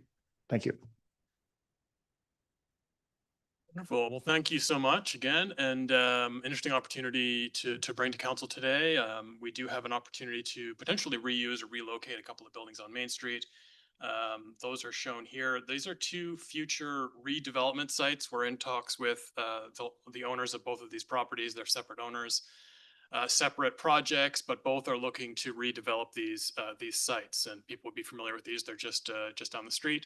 260 Main is currently an insurance office, and 295 Main is right on the corner of Willow Avenue and Main Street. And this is just a residential home, but has had both of these buildings have had different uses over the 150 plus years they've been in Wolfville.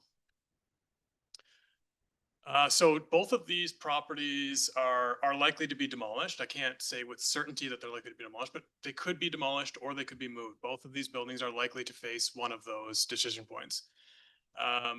Because there is preparation underway for new buildings on both of these sites. We're working with designers, we're working with geotechnical engineers and design engineers for mixed use buildings on both of these properties. These applications haven't been submitted yet. These are not in the process yet, but the pre-application consultation is underway, and a variety of investments are being made in these properties to prepare them for redevelopment. Redevelopment on these properties means that the existing buildings need to be either demolished or removed. I think that's the reality that we're facing today in Wolfville. It's a very attractive community. The land values are high, and I think we're reached a point where purchasing a property like this with a house on it is still there's still a return on investment with removing the building and building something new. That maybe hasn't always been always true in the past, but I think it is now, and so we are facing a new challenge in Wolfville, I think, and that's one of loss of interesting built heritage and replacement with likely a more modern building. I would reference that both of these properties are within the design guidelines area, so they will go through a design review process. And so the level of design is expected to be high, and we'll have many checkpoints along the way to ensure that. But certainly there is a difference between a modern building and a wooden frame classic building like those shown here.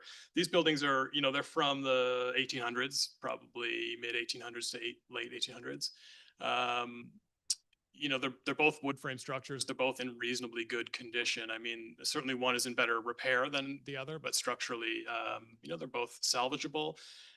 Both of these properties represent, an interesting period in Wolfville's history. And I think it reflects a lot of the architectural style in Wolfville, and that part of what makes Wolfville unique.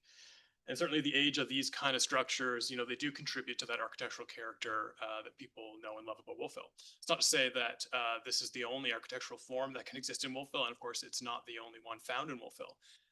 And Main Street, Wolfville, is an ever evolving street.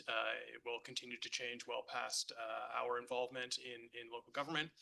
And it has certainly changed over the hundreds and thousands of years of occupation here. So I just want to recognize that there's lots of change coming. This is an opportunity for these two properties, if council wishes to prioritize one of them. So the opportunity here is that council has been offered these buildings. Both of these properties are likely to be invested in with a new building, and the current owners have offered the structures at 260 Main and 295 Main to the town at no cost. However, the buildings would need to be relocated from their current locations. If that were done, it could preserve some familiar built heritage. I think there's value in maintaining buildings that we all know and some people may appreciate. It also has an opportunity to support living history. So if one of these buildings were relocated and used as public space, there'd be this opportunity to live and exist and experience these interesting pieces of built heritage in Wolfville. And conceptually, what these buildings could be used for is undetermined at this time, but they could be community rooms that were rented, or recreation hub expansion, or office space, additional heritage center space. Interesting flowing through from the Randall House conversations. Could be an expansion of that, or other complementary kind of services, or other community oriented services. But when we got down to it, and we talked with the loaners about these properties, talked about this for a while now, and I think when we got down to it, the cost of this is what became the barrier. So staff were interested in this. I think there's probably interest in the community to save and preserve and relocate these buildings. And it's up to council ultimately if that's a priority for you. We did want to sort of do a comparison because one of these properties is likely to be a real challenge, and one is maybe a more medium complexity. So 260 Main is certainly the building. It's in better condition than 295. But they both have heritage value, I'd recognize. I think they're both interesting buildings of their era. The complexity to move them, though, is different. Certainly 260 Main is a relatively low complexity. There's no overhead wires. There's no streets to drive down, that kind of thing. But still, the costs would accumulate well over $200,000 by our estimation. And so it's not recommended to prioritize that at this time. 295 similar. The condition of that building is maybe poorer, I would say. The roof and the siding and the windows all need attention. But our structural engineer did an assessment of both buildings. And initially, there seems to be the feasibility is there that these buildings could be firmed up or shored up and lifted off their foundations and moved. It is possible to do that. But the cost, again, this one was likely to be over $400,000. And these are estimated prices, of course. Certainly what we're seeing with the price escalation is that these prices could actually be higher by the time this occurred. So where could these things go? And again, it's all conceptual, but 260 Main is right next to the Rec Hub land. And so it was conceived that, it could locate right there pretty easily without having to do any overhead power. And so this kind of just demonstrates that 260 Main is sort of shown on the left here. That could locate in a couple of spots. Certainly it could locate in front of the Rec Hub facing Main Street. It could locate back further facing the water or somewhere in between. 295 fits in the back corner of Willow Park on the corner of Willow and King. There's a big flat area there above the playground. So conceptually, we just wanted to see, would these building footprints fit within town-owned land that was nearby? And it does seem that they could fit, but there's certainly a lot of challenges to achieving that. So this is sort of where we started to break out some costing. 260 Main, certainly this is the one that's in better condition, better repair. There's still going to be work associated with that. A chimney needs to be removed, so there would be some roofing repair. There would be some window replacements to restore it to heritage or historic value.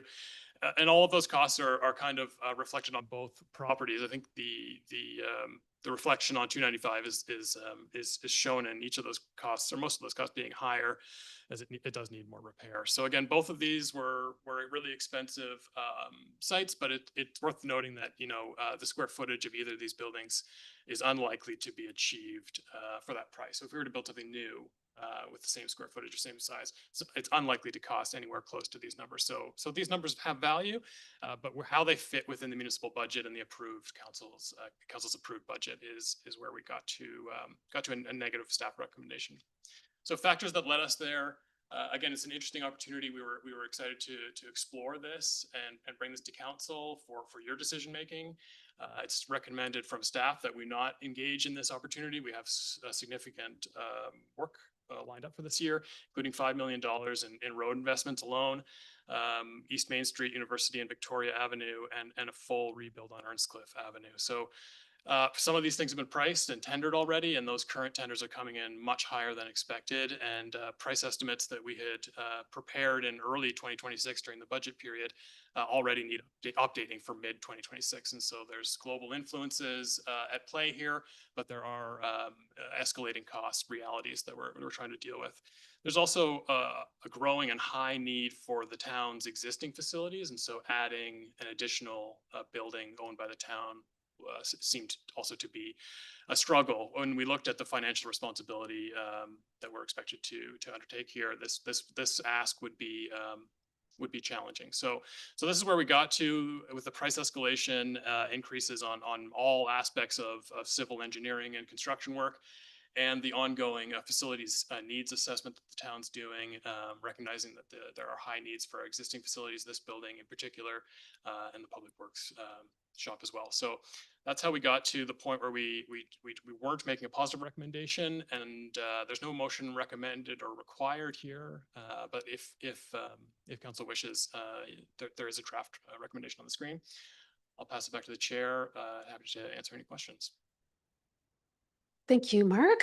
I will open it up to council. Are there any questions about this report? Councillor Palmer. Oh, yeah.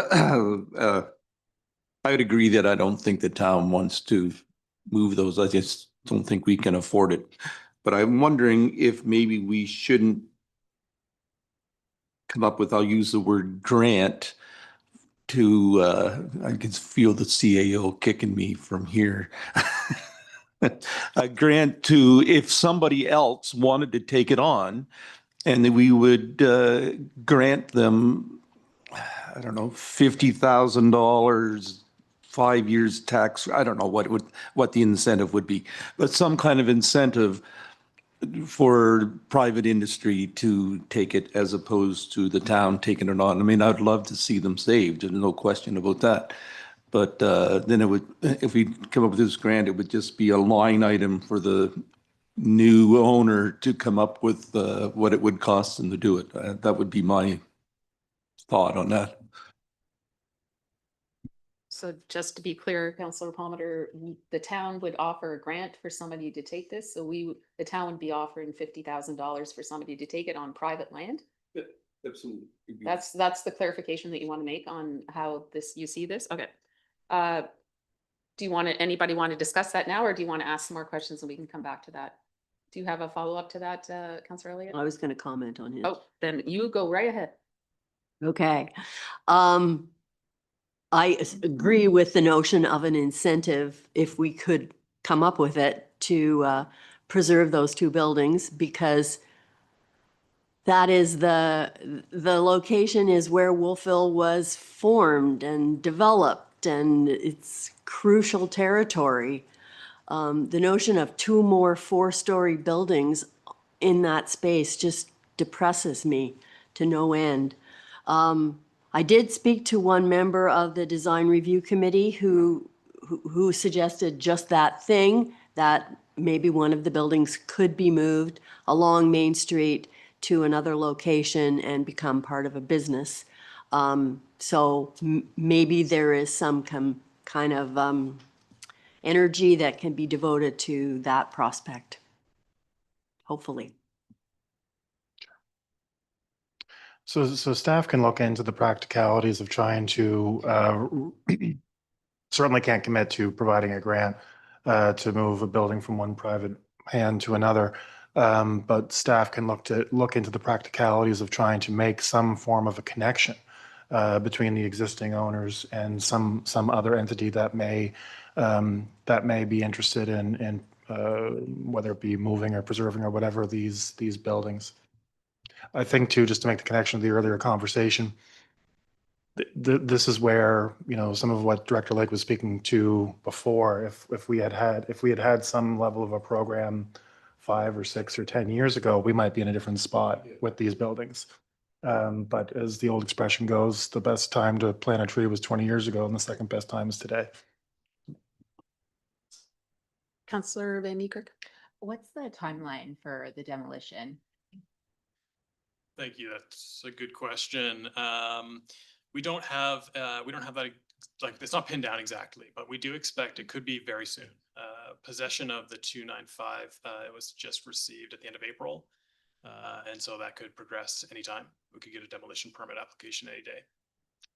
260 Main, that one's, there's a little bit more time because there's a piece of infrastructure underground there that we're relocating. So that could be a few months out. It could be later in 2026. It could be next year. We don't know. But both projects are moving forward, and demolition permits could be applied for anytime, and they would have to be granted. I guess just like a thought to add on to what Councillor Palmer had suggested. This is like to a much lesser extent, but I know when we demoed the house that was on our property, a group of community neighbors came around before the demo and took things out of the house, windows, light fixtures, other elements of the structure to preserve it. So it's not preserving the entire structure like you suggested, but could be a community organized thing to try to preserve some of the elements of the houses. Just another thought.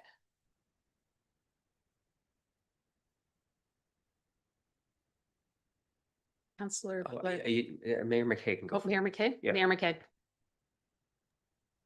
Thank you, Chair.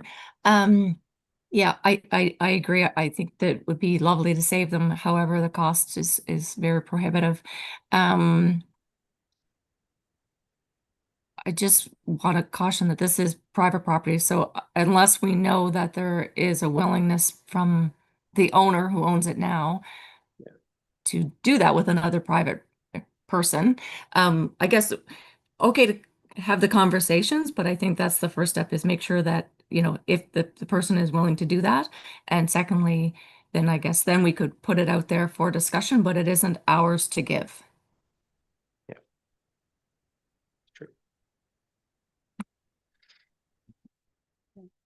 Councillor Butler.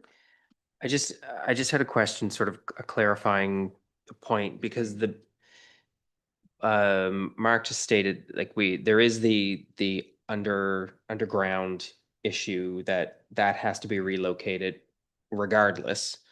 In terms of numbers, the place has to move regardless, correct? Whether it's, we say, hey, can we relocate it ourselves, or it has to move because of the pipe relocation. It's easier to just demolish it and move the pipe than to figure out a way to move it to get to the pipe?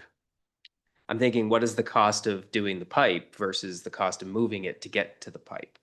If that makes sense. I think I understand your question. I clarify that the building move is independent of the underground infrastructure. The new building that's proposed on this, or will be proposed on this property, is where the underground infrastructure conflicts. So we can't build a brand new building over a sewer line, or we don't want to anyway.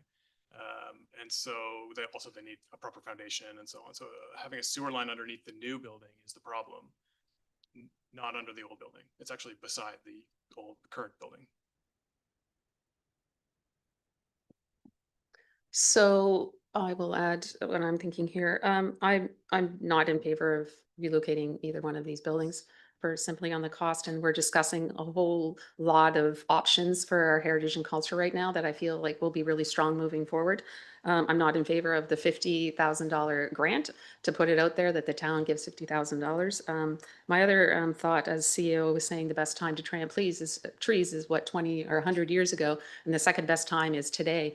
I'm wondering if there will be other issues in town that we're going to have to go over this again. Somebody else wants to tear down a heritage building, and maybe they're going to offer it to us too, since we don't really have the parameters in place. And you know, that's private owned land, and we all know what it's zoned for. That's what we just did in the municipal planning strategy and the housing through the Housing Accelerator Fund. So I just feel like it would be pushing if we decided to say, does anybody want to have this at this time? Would this be rushing, and would it put a hold on the developers and the property owners? So that's my opinion.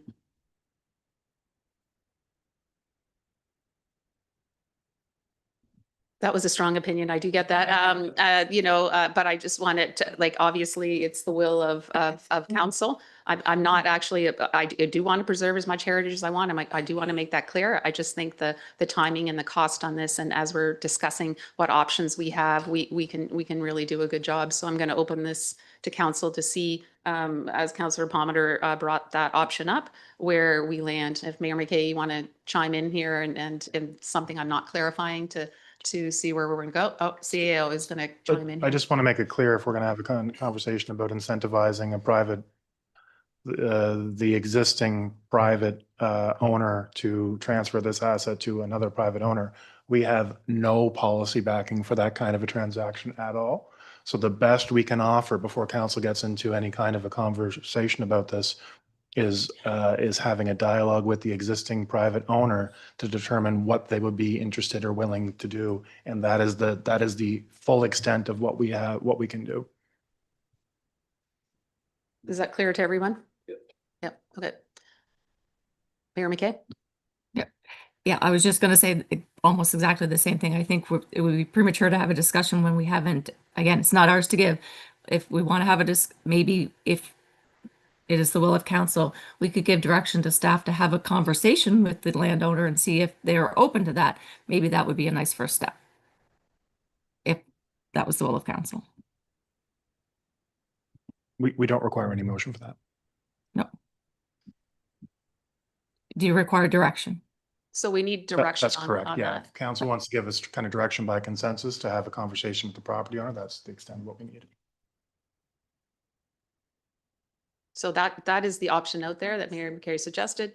Our CEO said there is no motion required on that. Is the consensus of council to give direction to staff? So I will look around the table to see if that is Councillor Elliott, yes, Councillor Palmer. So there's 4 people around this table that are saying yes and sort of shaking their heads. So the majority of council has said that Howard's putting thumbs up. So I guess we'll leave, is that good enough, CEO, to leave it at that to provide direction? It is, yeah. Okay. Thank you. No motion. And is that the conclusion of that topic? Can I just ask one question? Sure. I was just wondering about the sewer pipe moving. Is that something that's going to come in a separate thing to council, or is that just like an operational thing that you'll be doing? That's in the approved capital budget now. We're working, we're just finishing a tender package and putting that out for pricing as soon as we can. So we'll see what the pricing comes back with, and that might come back to council. Okay, because I was just wondering, is that going to involve the redoing of that lane access? That is in scope, yes. And so would there be discussion at council about that lane? That wasn't part of in the capital, was it? Yeah, I mean, the scope of the work is to move this sewer pipe from going straight across private property to public land on the lane. And we're working on design work. So we can bring that back to council.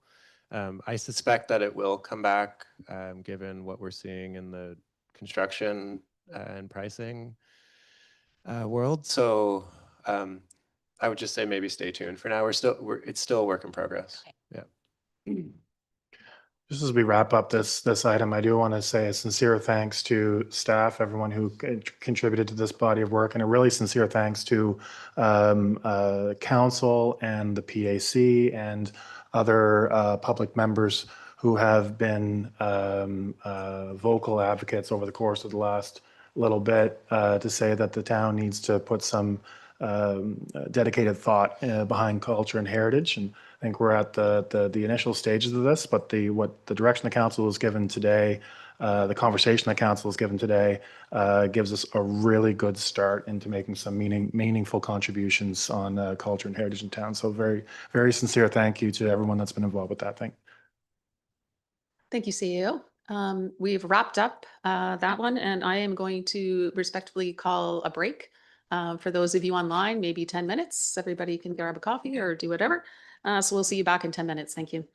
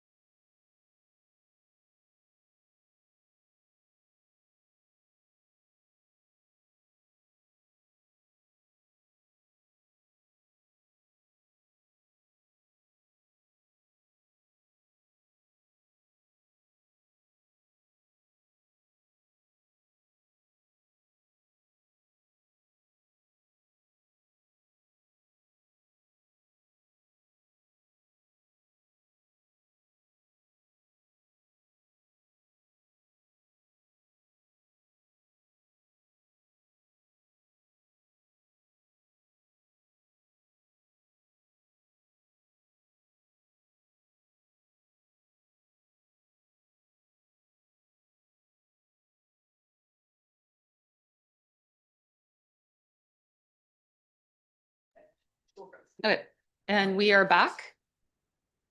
Hopefully Mayor McKay and Councillor Williams can hear us. I see you back. Hello again. We were just discussing, Mayor McKay and Councillor Williams, that we do have a hard stop at 12:30 today. So just remind you of that. So with that being said, hello. We are on RFD 021, 2026 dog control bylaw amendments. Our compliance staff, Caden and Maren are here. Maren, you're presenting. There you go. Okay, take it away. Yeah, good morning. For the folks at home, my name is Maren Schmidt, and with me is Caden Tebow, and we make up the Town Compliance Department. Sorry, Mike, or sorry, Mike, sorry, Maren, right to the Mike. mic, please, yeah. Oh, sorry.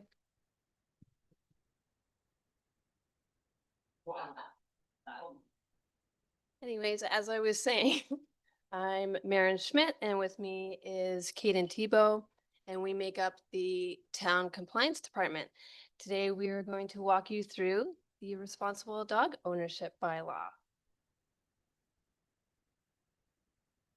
Look at that cute puppy, also wondering what's going on.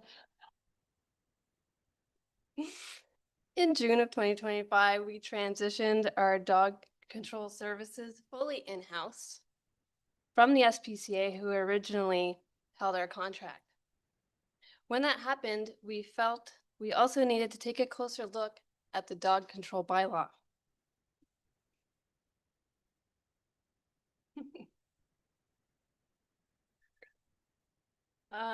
In the process of reviewing the dog control bylaw, we decided to give it a new name and a new focus to the Responsible Dog Ownership Bylaw. So with that, the previous bylaw focused mainly on enforcement. The new bylaw reflects a commitment to education, prevention, and dog owner responsibility.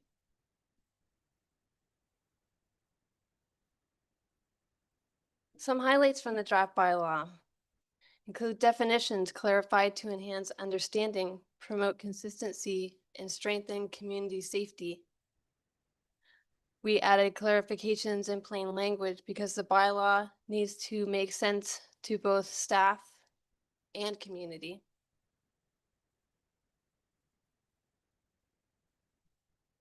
Other highlights from the draft bylaw include Section 7, responsibilities of owners. So when a dog attacks or injures a person or animal or causes property damage, this bylaw strengthens dog owner accountability more than the previous bylaw.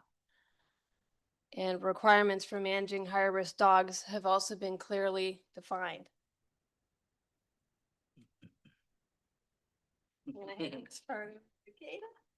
With this review, we've also taken a look at the designated off-leash area. And we'll have a map on the next slide, but just to touch on it briefly. We did our review of Reservoir Park. We had some concerns come in around the use of off-leash dogs, so we had to take a look at that. The on-leash times have been established to address those concerns, as we previously discussed here. And with that, in this bylaw, we've also strengthened the voice control definition. So previously it was there, but we wanted to put some more emphasis on that so folks can understand the direction that we're trying to convey and to promote a safer and conduct within the off-leash areas.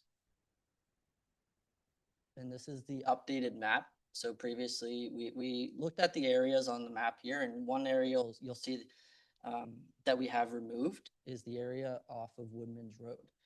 So upon looking, Woodman's Road area is quite marsh-like, and the intent for this area to be off leash, in my belief in the beginning, is there is a small trail off Woodman's Road that does connect to the Harvest Moon Trail. It's just a connector trail to my understanding, but it did cover all of Woodman's Grove, which isn't really the best use for an off-leash dog park. It's marshland, it's forestry, it's not the best. So we look at that, and with that, we've also had concerns about the Harvest Moon Trail with off-leash dogs, which is an on-leash trail. So to have more fluid understanding, and rather than on-leash, now you're off-leash, now you're on-leash, we just thought the removal of that one would be beneficial for everyone. And then with that, we also took a look at Reservoir Park. And with that, we tightened up the off-leash area a bit, and we removed the bike trails just south of towards the the 101. With that, we heard concerns from cyclists and folks using the bike trails that, of course, with off-leash dogs, occasionally the parade drive can come into effect and causes concerns for folks. So we recommended tightening that area as well. But and then with that also includes the Millennium Trail. So we didn't touch on that. Good? You hear me all right? With that one, we kept the Millennium Trail in effect. That trail off-leash experience, and that does connect all the way down to the intersection of Orchard and King. And then Rotary Park is still a seasonal off-leash area. Good. So if anyone has any questions, like to further discuss, we'd be happy to answer. Thank you, Marin and Caden, for the presentation. We'll open it up to council, or Councillor Butler's got his light on already. I'll go there. And I don't know if Howard had his, or Councillor Williams had first, but we'll go with Councillor Butler first. I have just a couple of questions. Looking at the map for the designated off-leash areas, it's quite concentrated in one area. With the development of some new parks on the west end, will there be the possibility of having future designated off-leash parks just so that folks don't have to travel so far? I'm thinking with how many families are going to be moving into that area. Will some of the parks that I think we have on the radar, or some of those, will the discussion be there that those might potentially be off-leash? That's my first question. I can take that if you'd like. Sure. So we'll be having more discussion later in the year around formalizing parks planning process. And that really is a kind of a park by park exercise is what we'll be proposing. So as we get into discussions around park planning, that would likely be the appropriate point in time to discuss whether or not there's a need or desire to have additional off-leash parks. All that would require at that point in time is an amendment to the dog bylaw to add it to the existing list. So the dog bylaw, as it stands, doesn't preclude any additions. If we chose to make an addition later, we would just amend the dog bylaw to add it in. Okay.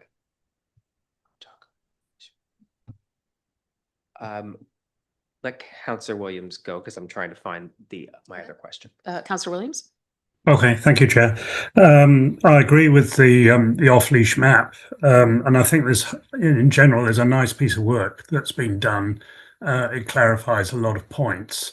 There's one thing that isn't in there, and it may not be an issue, but if you have someone who is a recidivist and continues to disobey the bylaw, other than imprisonment, can we ban them from having ownership of a dog?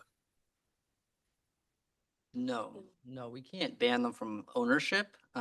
There's other enforcement tools other than the imprisonment. That's not a way we usually go, but of course a financial penalty is involved, and of course we can issue those on a daily basis. So each offense is a new ticketable offense. So to your point there, we can't ban anyone from owning a dog, but depending on the dog's behaviors and personalities, or in the bylaw, we can put some restrictions on them.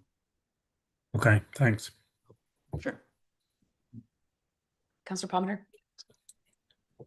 Just for clarification, are these tickets similar to the noise bylaw, like as far as getting them paid? Like as far as enforcing the payment of them, the same idea, so they can go to court and say, I tried, and that's the end of the ticket? So with the fines, they would be how they regularly are now with an SOT that would go, that would be monetary fine. And then if it's not paid, then it can be contested in court, to which we would attend and go through it that way. But so yes. Yeah. Councillor Paul. Okay, I thought of my other question. I did want to say this was, as a non-dog owner but dog lover, this was very interesting to read. Because I need to know it, even though I really don't need to do anything with it because I don't have a dog, but I need to be able to tell people. Having worked in the restaurant industry, I have a question about service dogs. So I see the addition of service dogs need to now be registered. Correct? Yeah. A service dog is exempt from any registration fee, but not from registration. We used to have at the restaurant I worked at an epidemic of people who would just give their service dog vest to someone to put on their dog so their dog could come into the restaurant. How is a service dog, a registered service dog, identified so that restaurants have a bit of a leg to stand on to say, prove that that is your service dog, which is a very uncomfortable conversation to have, but sometimes very necessary if it's just entitlement over enforcement.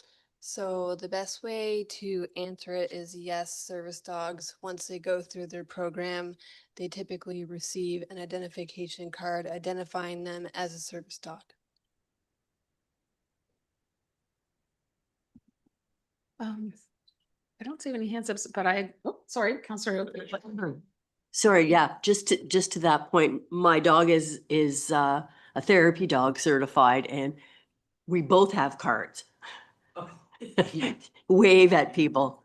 Yeah, so that's the next route to go, maybe, I don't know. I just wanted to share my pleasure at, I mean, the town has taken this on. There's no more SPCA in town. I think you guys are doing a really good job as a dog owner. Thank you. Thank you. I do have a couple questions, and it does relate, as I'm a dog owner and a real softie, about the section 13, all about destroying a dog. Because when I read it, I did feel it was, it felt really harsh to me. I understand that we have to have rules and regulations. So I guess my first question is, when it says requested assistance to destroy dogs on site that are fierce and dangerous, then comma, is running at large, eluding capture, separate than being fierce and dangerous? So if a dog is just running at large, they could be put down?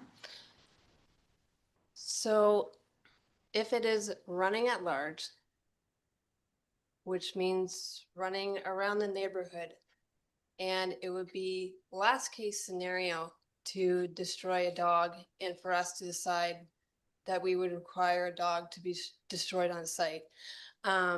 However, it needs to, so it's going to be presenting certain behaviors that would make it of a dangerous nature to come to that decision that yes, it should be destroyed on site, to where it would be eluding our attempts at capturing and what have you, and is a public safety issue. So I'm going to get into the nitty gritty. A dog is running on site. I remember a dog years ago that was always roaming around Wolfville, but everybody knew who the dog was, right? And it wasn't a danger or anything like that. And the owner has contacted you and says, our dog is loose. We can't get a hold of him, but he's really nice. What is your procedure on that? Like, do we put a notice out, or to say if anybody's seen this dog? Like for me, if a dog is not dangerous or rabid, then I would try my best to do, to make sure it gets back to their owner, I guess. Right, so we're gonna have we have it in place where if a dog is running at large and we're made aware of it, whether through social media, which that information moves pretty quickly. If there is a dog that's roaming at large, we're connected to all of those pages and what have you, let alone the contact that we would likely receive from multiple people. And does that best answer the question? Yeah, and just to step in a little bit there, and that's some massaging we could do with that one piece there, if council and chair, if you wish. And running at large, eluding capture, it happens. It's not too often here, but of course we do have to account for everything. But if to your point there, if running at large eluding capture is something that council may want to massage the wording and look at that again, we're happy to do so. Yeah, I mean, I guess I would do everything I could to sort of like, 100%, you yeah. know, like say, I know this doodle, let's throw a doodle out Mhm. there because everybody's got a doodle, has been Yeah. running around and we really, because I have actually run into people that dogs have run away and they're combing the trails for it. And I'm like, okay, if I, you know, I see it, if we could just maybe massage it or work it into that it sounds like, okay, if your dog gets loose, don't worry, we're not going We're out not- there to try to, we'll have every measure on that. Because when you say on site, like, what does that really mean? Like on site kind of, you know, is a little scary. And then my second question is, when you say that you're going to send out a notice, will you call them? What if the dog, what if you find the dog and it's got a tag on it for a number? Would you not call that instead of sending? 100%. Okay. So that's what, so if the dog running at large comes into, we are able to capture the dog or whoever may be around, because we've come into that, if the dog does have a tag, then that sparks the next one where we identify the tag, call the owner, let them know. If there's no answer, then we follow another procedure for impoundment. But of course, all voluntary and community assistance would be utilized first and foremost. Okay, so your really last option, if you have a dog that's not, you know, a mean dog or, you know, threatening, you're trying to find We'll the do owner everything on we that. can. So I'm sorry, I'm getting in the nitty gritty because it sort of touches at my heartstrings with the sure. dog. And I know a lot of people in here are dog owners and some staff are, and both of you are. So if they don't have a tag, would you, and maybe they're microchipped, would that be something that you would check into? Yeah, and our local vets have microchip readers, and if they're not tagged, then it follows the impoundment procedure that it would be on the onus of the owner to recognize that my dog is missing and I need to call the appropriate numbers or folks to see where my dog may be. And I do apologize for indulgence in one more question. I'm sorry, counsel, that I'm asking. I understand that. I understand that. Yeah, I see that you both have the question. I will not speak after this. You can see I'm passionate on this. When you say on site, I would be concerned if somebody else were around, if there was young children or anything. Can you explain that a little bit? So I'm just going to touch on the point that situation is would be extremely rare if it were to happen, where what we're talking about with this would happen on a regular basis, be extremely rare Mhm. for that sort of behavior to be presented. Mhm. And to your point exactly, if folks are around, especially young kids or families and whoever, right? Everyone loves dogs, most people, I hope. But to your point there, it'd take lots of precautions to make sure that only the necessary folks are around, and if that worst case scenario does happen. Okay. Thank you. You've reassured me on all of that, which I'm sure I was expecting that anyway. And I want to thank Councillor Williams and Mayor McKay for letting me indulge in all of those questions. So I will throw it over to you. I did know you had your hand up. I couldn't stop myself. So I'm not sure who had their hand up first, Mayor McKay or Councillor Williams. Mayor McKay. Mayor McKay. So Mayor McKay, go ahead. Thank you. Yeah, I had some of the same questions, I guess, too, because I didn't understand where it said a dog, I just lost it, will go down, be put down. It had the three things: running loose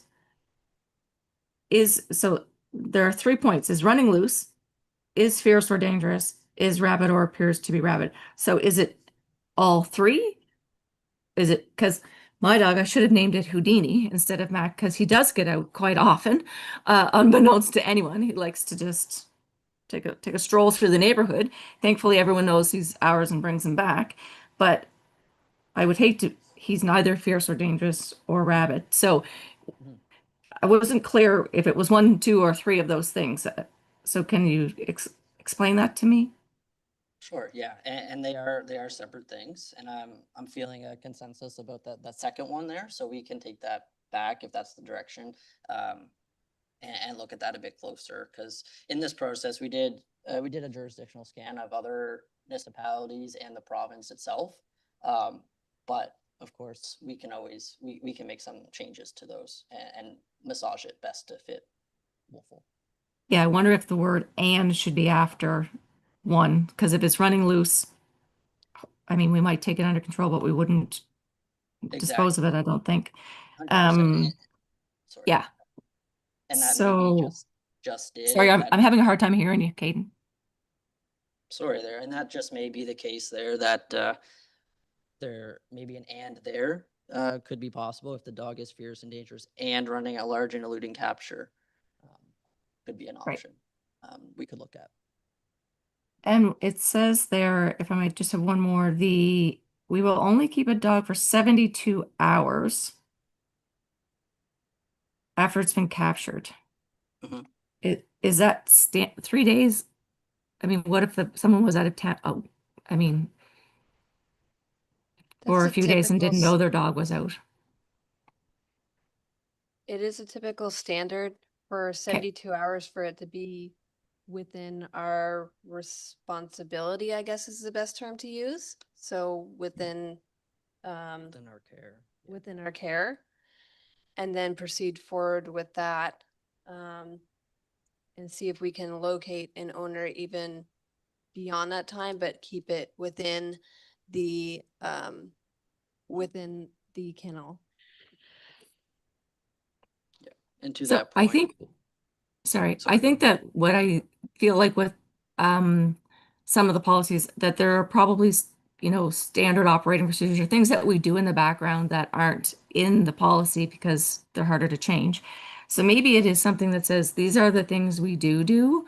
We check all the SPC, we check all of the websites, we make sure social media, we're making sure, like, all of the things that you alluded to that you already do, but they're not in the policy, because I think there's a level of reassurance when we say we will do the things even though they're not in the policy. Does that make sense? Yes, totally. And to that point there, we are working on the SOP for this bylaw and impoundment. So exactly to your point, in here, it may say 72 hours, but if, like you said, we're given word that the owner's out of town or we have a designate, things change, things can happen, and we can massage it and be accommodating to that, depending on circumstances. Wonderful. Thank you. Thank you, Mayor McKay. Councillor Williams? Oh, thank you, Chair.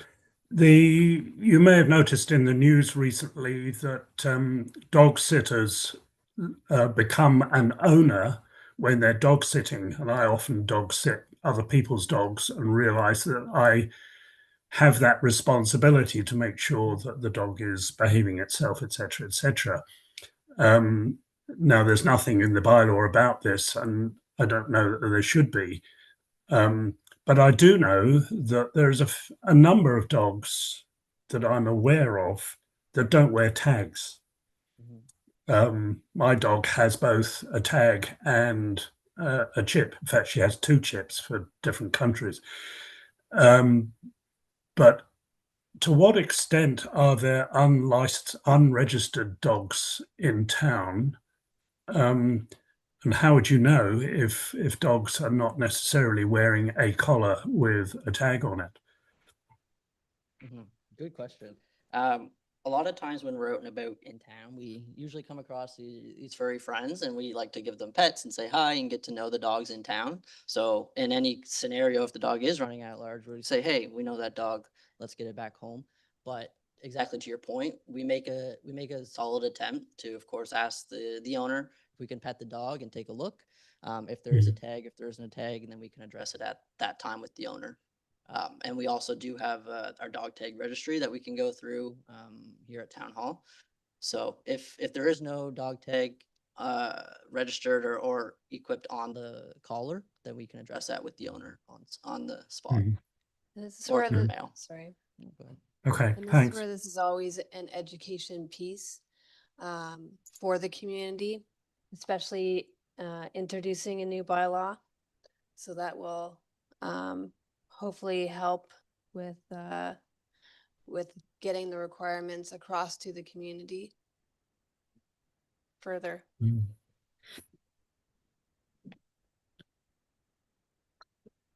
McKay?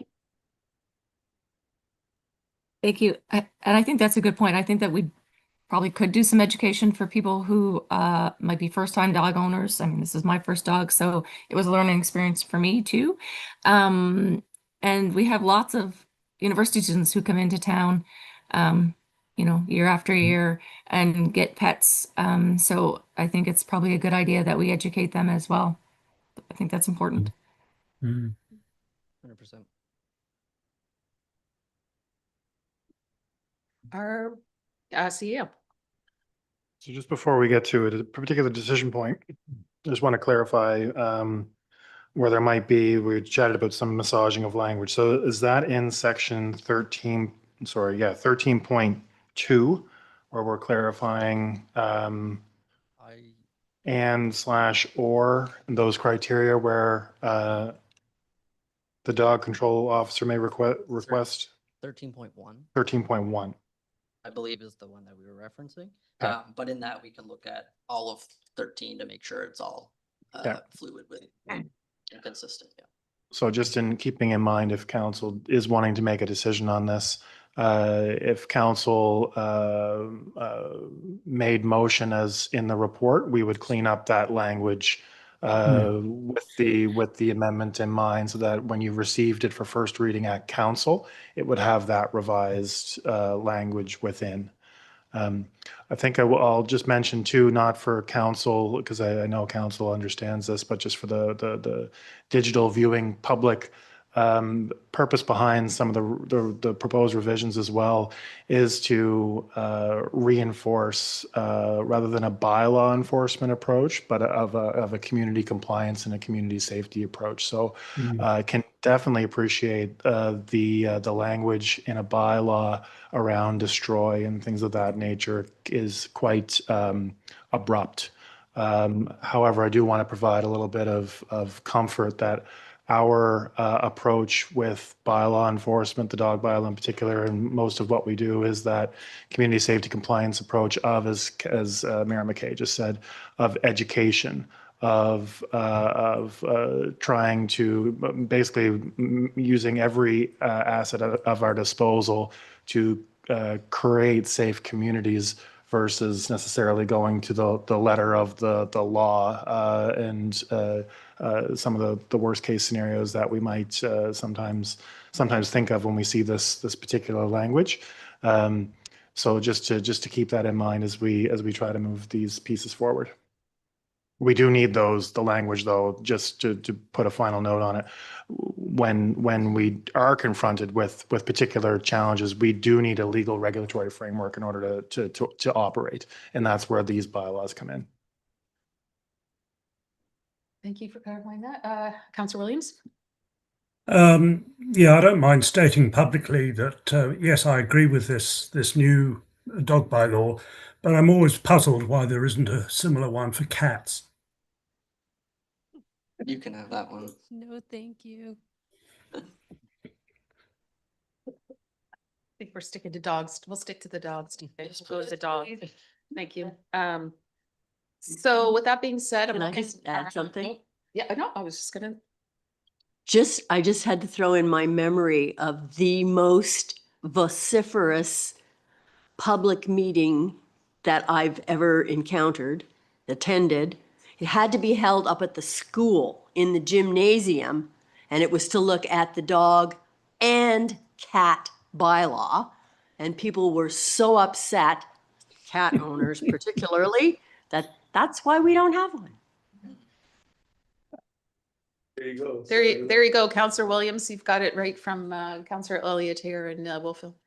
Yeah, well, when you consider the dangers associated with Toxocara worm in their feces, which is delivered to almost every garden where children play, you might have a different attitude if you knew the dangers of that.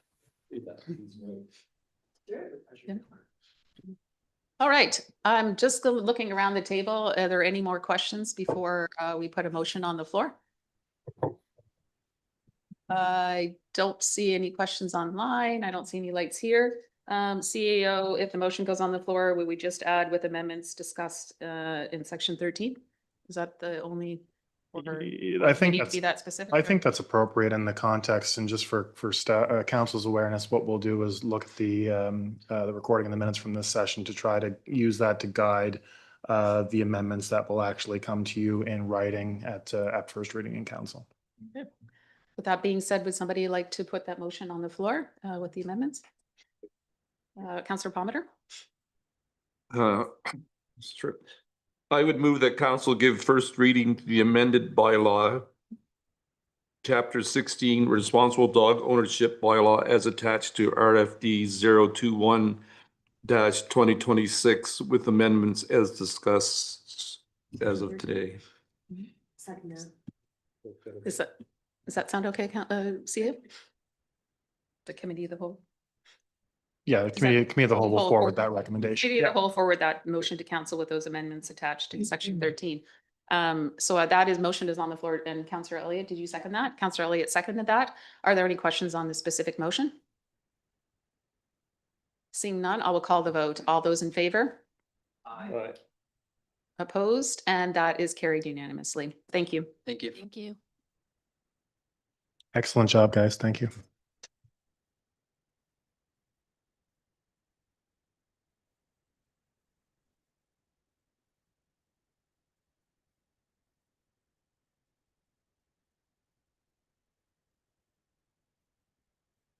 Bring it on. Guys, you guys are ready? We're gonna carry on. All right.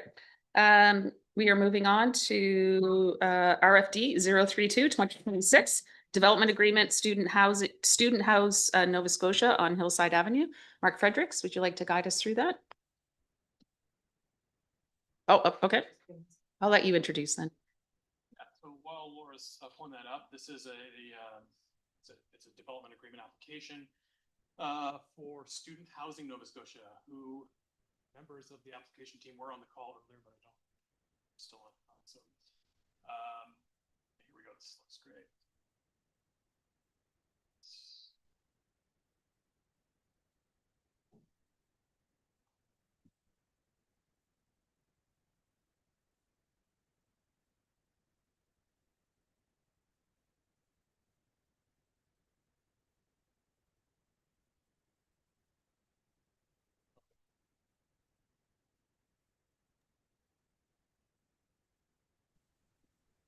I'm not sure if anyone is watching the chat, but Mitchell has said we are still here, Mark. And Mark, we are having a hard time hearing you up here. That's because the microphone was off. Thank you for letting me Okay. know.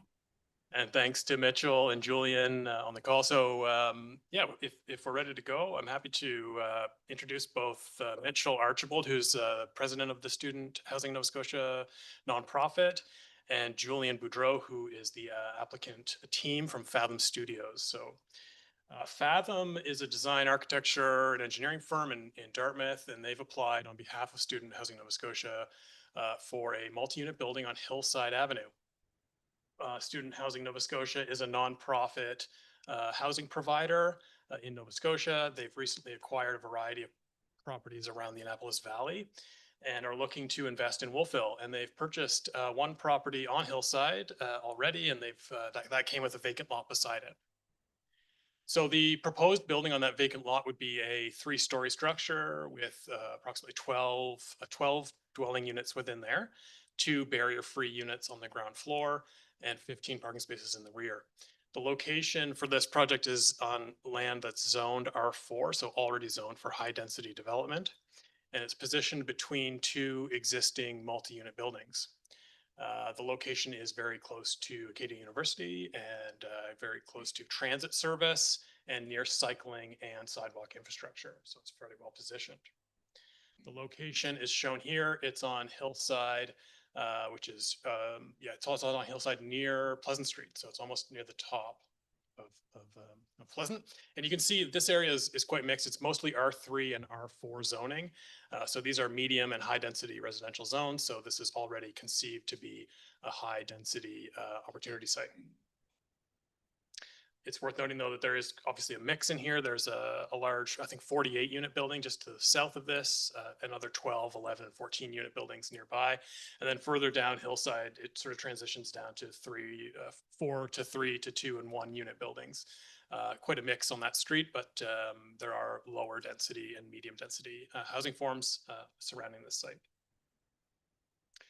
So it's zoned for high density development. So why are we going through a development agreement is a good question. And I think we're just exceeding the land use bylaw requirements on issues like hard surface, number of parking spaces required, and the front yard setback. So there are a couple of little things that required us to go through a development agreement for this project.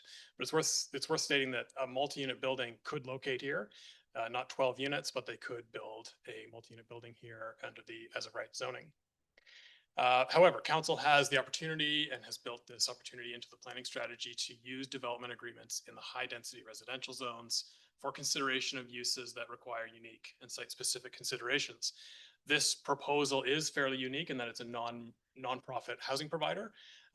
It's also unique in that it has a shared vehicle access through the adjacent property, and that's also owned by Student Housing Nova Scotia, which reduces the number of driveway cuts on the road and ensures that all vehicle travel is coming from one point, which we verified is suitable from a traffic perspective.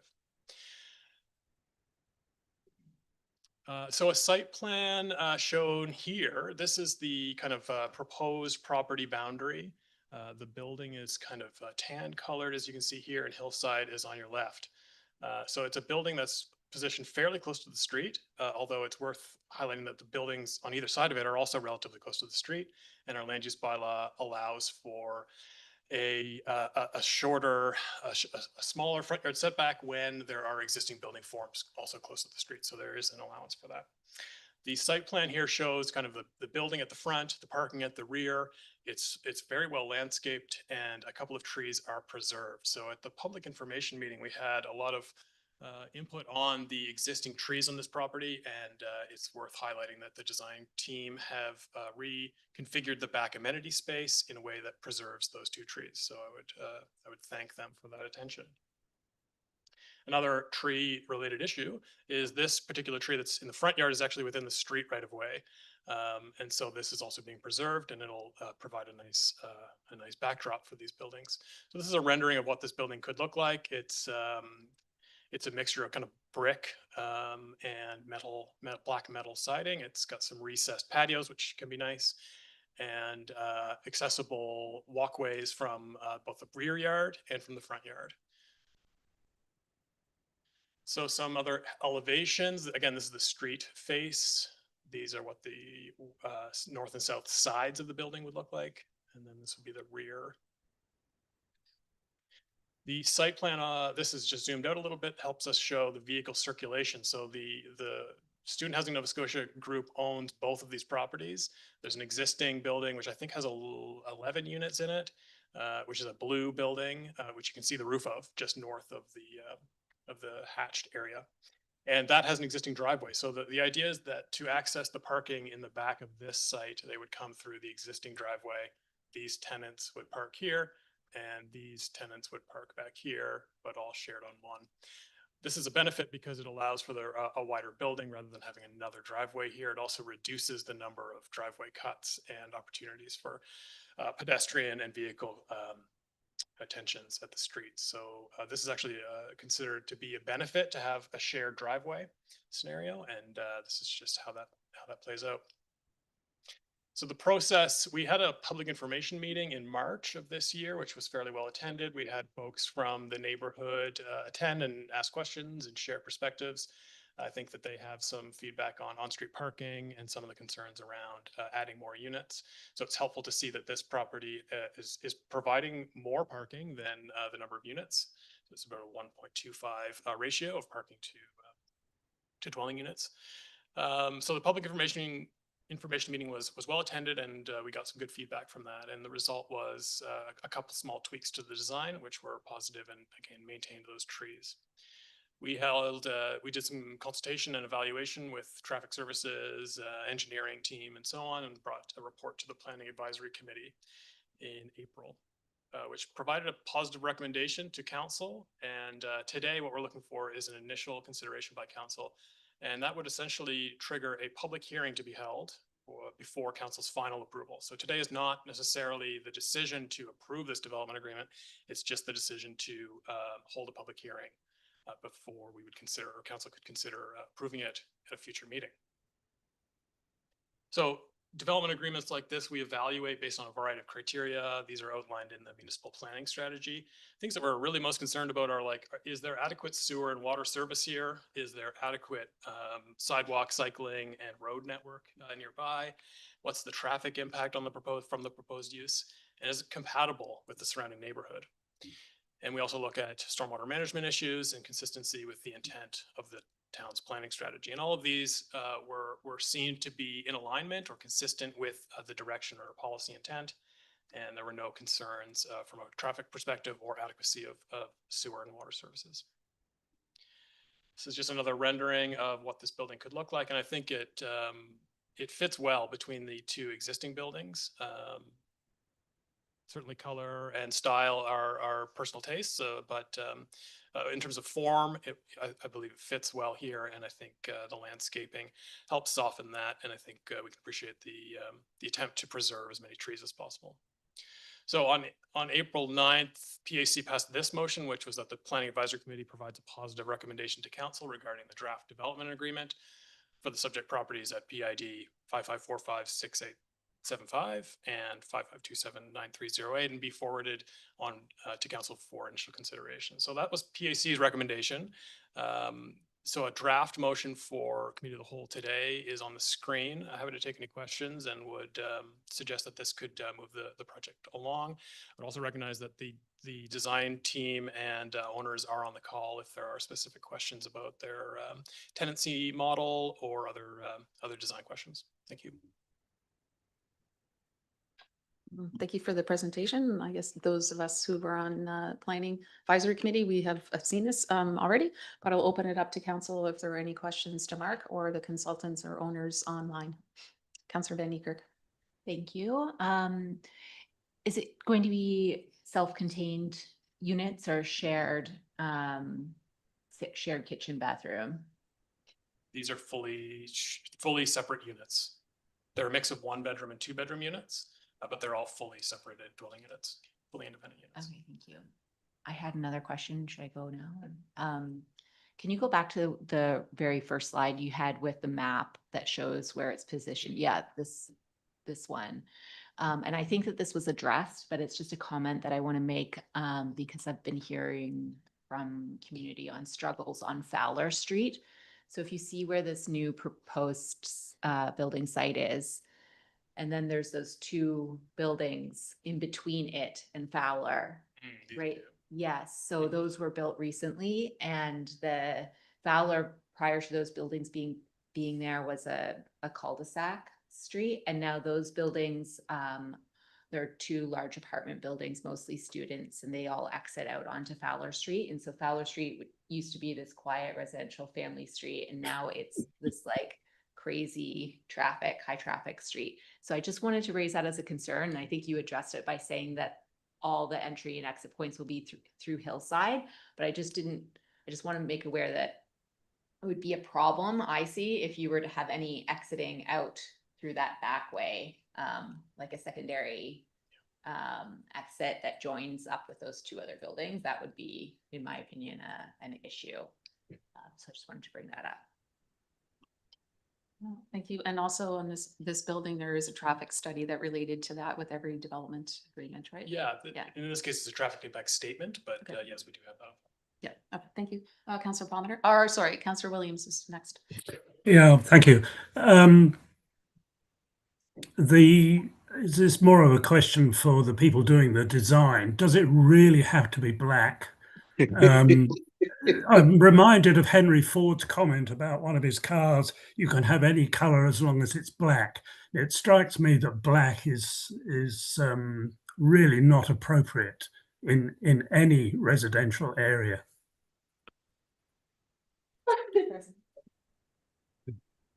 No comment. I can take this question if you like. Thanks for the question.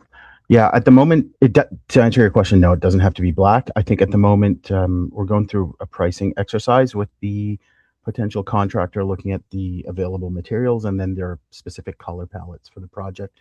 The renderings might be misleading. It's actually a charcoal, so it's quite lighter than black, but we're waiting to confirm palettes and see what we have for options for cladding. Mm-hmm. Okay, thanks. Thank you. And if I could add on, We all Julian. have preferences. I would hate to dictate colors on this and you know, but I don't mind charcoal. Councillor Palmer? Okay, so there's 2 units that we're talking about. Well, two units that they're going to own at the end of the day. So the one that's north of the proposed new building, how many units is it? The chicken coop, I guess is what we would call it. Anybody who's from here. Yeah, my recollection is 11, but I would want to double check that. Okay. And the one that they're going to build is 12? Yeah, that's correct. How many parking spaces are there in the 2 units? The proposed one would have 15. I don't remember what would be existing on the current property. But something more than 26 in total. Yeah, I believe so. I can do the calculation if you like. Yeah. Councillor Butler. Thank you. So it's a 12-unit residential building, and there's 2 level 1 accessible entrances and 2 accessible parking spots. I think 2 of 15, if it seems low. I don't know if that's just it's meeting a requirement. Does that mean there's only 2 accessible units? Okay, so you're actually not providing additional accessible parking. It's just the accessible units get a accessible parking spot, but there's no additional accessible parking spots for visitors or anything like that.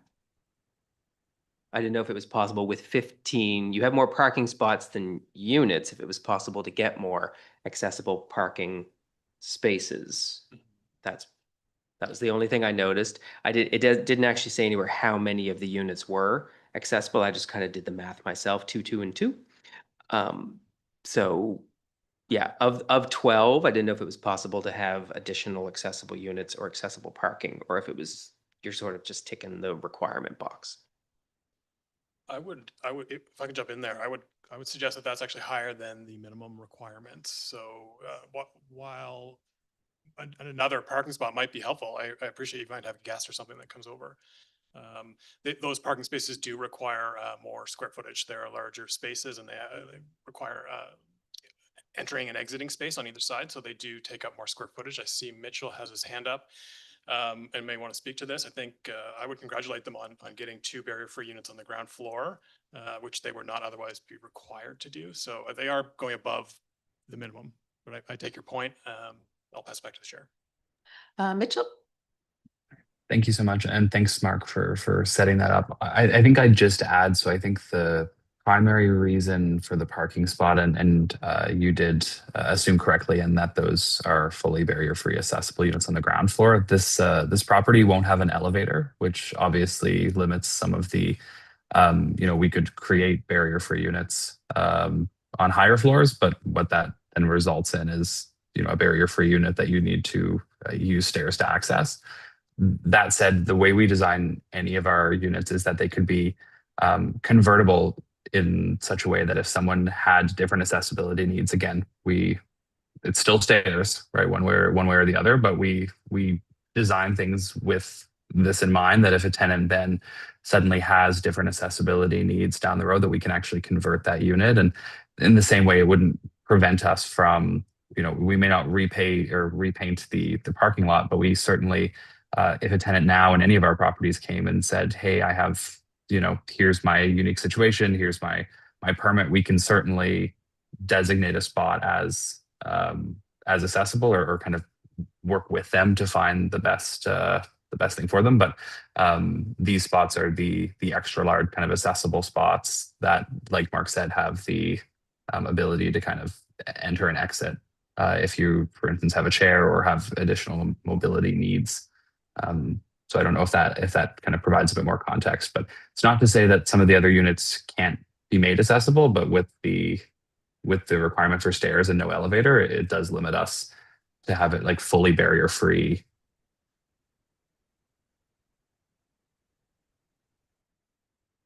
Thank you for all of that. Mayor McKay? Thank you. Yeah, all great questions. I think we had a really great discussion at PAC on this. I think I also would like to commend the group. There was really interesting stormwater things done, the preservation of the trees, the accessible spaces above what is required. And also, let's remember that this is also affordable housing. So kudos to the group for checking that many boxes. While opinions on style might be one thing, there's lots of great check marks that we can be proud of in this project. Thank you. Thank you, Mayor McKay. Are there any more questions to staff or consultants? No? I'm going to look to somebody on PAC. I'm looking over it. Oh, I was wondering, did you? Okay. that's- Are we ready for that? Yeah. I don't see any more questions. I'm looking to somebody on PAC, if it's okay, Mayor McKay, as the chair. No, And I can do Councillor it. Elliott to put the motion on the floor. I'm not sure if you have it, so I'll ask Councillor Elliott to put the motion on the floor, please. Gladly. I would move that Committee of the Whole recommend that the development agreement for student housing Nova Scotia located on Hillside Avenue, PIDS 5545687555273908 be given first reading and a public hearing scheduled. Thank you, Councillor Elliott. Can I have a seconder for that? Councillor Butler, second that. Are there any questions on that motion on the floor? Seeing none, I will call the vote. All those in favor? Opposed? And that is carried unanimously. Thank you very much. You.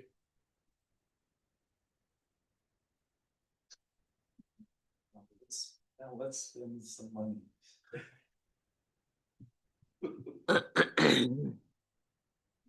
Here comes the money bags, guy. Or the lack of money bags. Yeah. It's relative. So we are moving on to RFD 033-2026, Earnscliffe and Avenue Budget Increase and Tender Award. Director Lake. Good morning. I'll just get right into it if there's a hard stop here. So I'll try to be brief with the presentation, but I'm going to summarize the report, make sure everyone's really clear on what we're talking about. So this is an approved project in our capital budget. This is slated for a complete rebuild. And I just want to remind everyone, I don't know if everyone is moving up and down Earnscliffe Avenue on a regular basis. So this is the current state of the street. It speaks for itself from the images I'm showing. That's the top. You can see the surface. The underground is some of the oldest we have in the town. The sidewalks are in really poor condition. There are some really important businesses along here as well. The other really interesting thing that I'll outline in here is just through the development of the town, we don't actually own part of this road. So this project, from my seat, is important from an ownership perspective and sort of cleaning up some land administration issues, I'll call them. But I'll get into that a little bit more. But this is, I just want to highlight sort of existing, so everyone is grounded in that first. So this has been a priority project. We've been working on this for over a year, and there was some discussion of this even before that. It is a destination for healthcare services. It's on a transit route, children's center, EKM, professional center, nursing home, and some residential and a park space.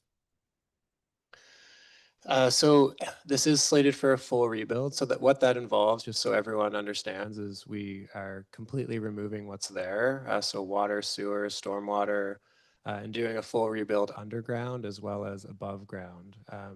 In this context, the above ground infrastructure, I'm going to say, isn't serving the needs, the modern needs of that street. So there's additional sidewalk, better crosswalks, curbs, bus stops, and a pull off and drop off for the children's center as well. So we are wanting to kick off communications with this. There is, as I was saying, a land ownership issue in the right of way on the far southern end. it's really important that through this work we put in the required accessibility around the public transit landing pads where the bus stops are. There's new crosswalks, drop-off pickup, and there's also 25 new trees going in as part of this project. So this just gives you a sense. I won't go through the design in detail, but this just shows this was shown. We had this developed as part of the capital budget. Even in the fall, we had this work ready. But it just shows the scope and scale of the project. So the top drawing is the north end of the street fronting on Main, and the bottom drawing is just the other part of the street going towards EKM and Little Road. So to get into the meat of this, we did budget $2.4 million for this project. We had 3 bids when we went through the tender, and we have evaluated the bids. So we had 3 companies submit. We have evaluated and are recommending that the medium price be chosen. This does involve additional budget, but part of that is for a contingency. So we have an ability to work with the contractor if things change on site. So with the existing $2.4 million, we're requesting an increase of $600,000 to take the total project cost to $3 million. We do work with multiple engineering consultants. So Hatch Engineering prepared the tender package, helped with pricing. We also work with CBCL, who's a larger engineering firm in the province. We also had them look at this. They support the recommendation, also provided a bit of context just on the construction market and where things are at right now. So this is just a little bit of a breakdown of pricing, including HST. You see the top number. We do have some land acquisition. That's an estimate at this point, but and I'll show you a drawing of these slivers that just help us have a better right-of-way and ownership of the right-of-way. And then there's a contingency there, which is actually relatively small on this project, but I think it's fair given where we're at. So just the drawing on the right, I'll draw your attention to. So if you're looking at this drawing, and the top of it would be towards Main Street, and you can see how Little Road wraps around the professional center and intersects with EKM. This is a very narrow roadway currently, and it's actually owned by the province. So we're just sorting out ownership. The main parcel is just $1 purchase price, and there's slivers of private land that make this right-of-way more serviceable, particularly with sidewalks connecting some of these important parts of the town. So these are just the small where you see 2 and 3 and part of this overall package. Again, the contingency is purely just on change orders and unexpected costs. But if we find that there's other opportunities that arise, some maybe additional sidewalk extension, work within Quiet Park. But there's some other ideas that haven't been built in fully to this that some of that contingency could go towards as well. And yeah, as we kind of get into this and look at other projects, costs, we're getting pricing. We're only, I guess, a month now into this budget. But as we are managing the wastewater treatment plant, and just to give council a bit of reprieve here, we are steering towards finishing the bigger project at the wastewater plant, and are likely not getting to the sludge removal this fiscal, just with timing and when the project will end, and just being conservative on that. That may give us some relief, certainly will be coming. But as we've gotten more detailed costing, construction timelines, the availability of contractors to do that work, that may be something that comes. So that's budgeted currently for about $1 million. That said, we are executing a pretty ambitious capital plan. And so some of those other projects, given some of the cost escalation we've seen on Earnscliffe, some of the other civil works, the list that you see at the bottom of this slide, those may also come in a bit higher than we expected. So we want to give everyone the fair warning that some of those may come back to council. We're hoping that they won't, and we don't anticipate what we're seeing here. This is a different scope and scale than the other projects. This is a full rebuild, including the underground. And I'll wrap it up. And we have a motion for council to consider. Thanks. Thank you, Director Lake. We've all read the report and we've heard from Director Lake. Are there any questions? Councilor Palmer. Oh, man, it's always about the money, isn't it? So my question probably I directed towards Ms. Gibson. Where does the money come from?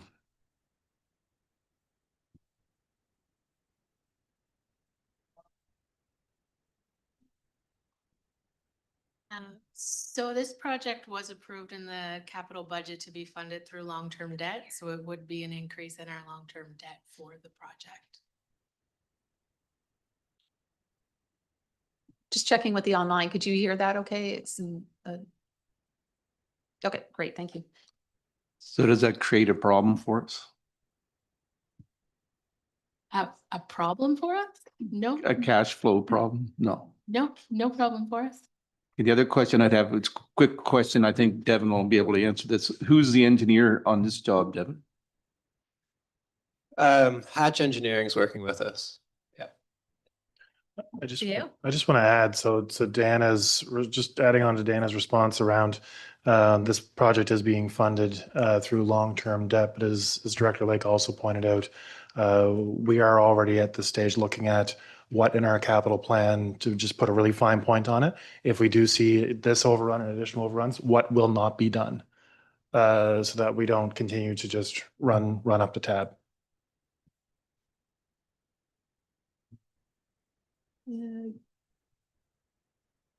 I don't see any more questions. Just checking to make sure.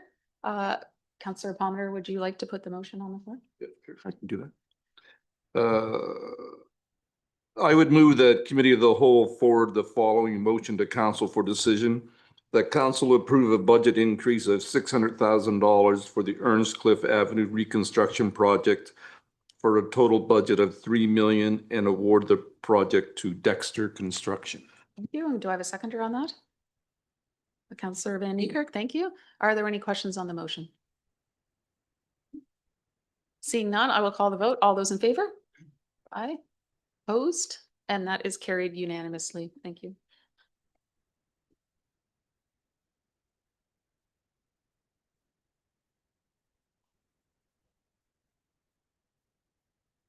And we are moving on to our last staff report for discussion. There was a lot on the staff reports. Valley Waste, RFD 036-2026, Valley Waste Debt Guarantee 2026-27. Director Gibson. Hi, thank you so much. You've been sitting back so quietly. Now we're hearing your lovely voice. So. Thank you. I will be pretty quick. So this is just a debt guarantee from Valley Waste, and it is the first step that they have to take in being able to secure long-term debt from the amount that was approved in their 26-27 budget. All partners do have to sign their guarantees for Valley Waste, and then they'll be able to move forward with temporary borrowing resolutions once the capital work is complete. In 2026-27, they had budget that included $2.4 million in capital projects to be funded through long-term debt. For Wolfville, our share is 6.98% or $167,506, and that is what we are asking for council to guarantee today. Thank you. I would, Councillor Elliott left. I will open it up to council if they have any questions to Director Gibson. I don't see any lights or any hands. We're going to get off pretty quickly, it looks like right here. So I will ask somebody to put the motion on the floor. Bring the next, this one on too. Sure. Okay. I would move the committee of the whole for the following motion to council for decision. The council guarantees a share of Valley Waste Resource Management's municipal partner guarantee resolution of $2.4 million, with Wolfville's guarantee repayment share being 6.98% equal to $167,506 as per the attached partner guarantee resolution form. Thank you, Councillor Palmer. I'll second that. Councillor Butler, second that. Councillor Elliott just stepped out of the room, so she will not be voting on this, but I will call the vote right now. So all those in favor? Aye. Opposed? And that is carried unanimously. Thank you very much. Thank you.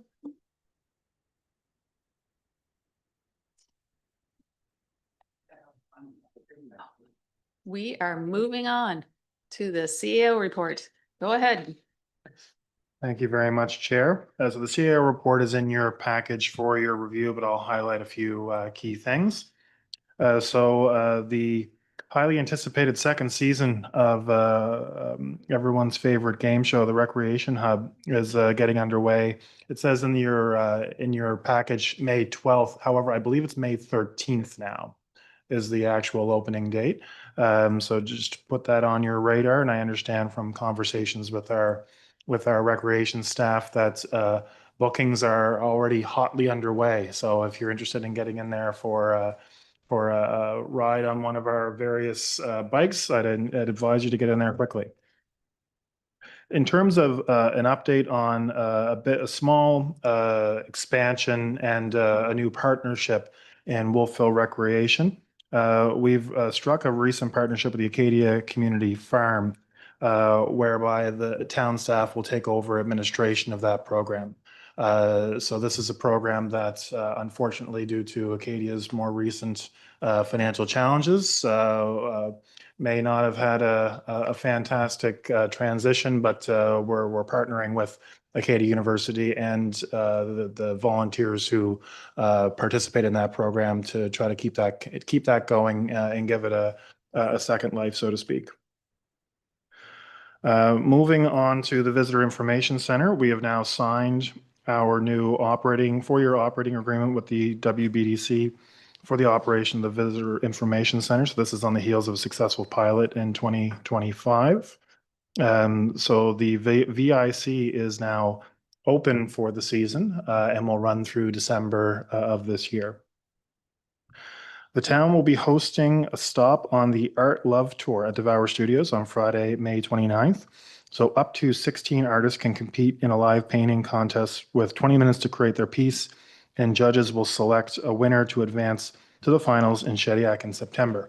And we have room both for participants and judges for that particular initiative. So if anybody knows of anybody who would fit the bill or has interest in that program, please send them to our recreation department.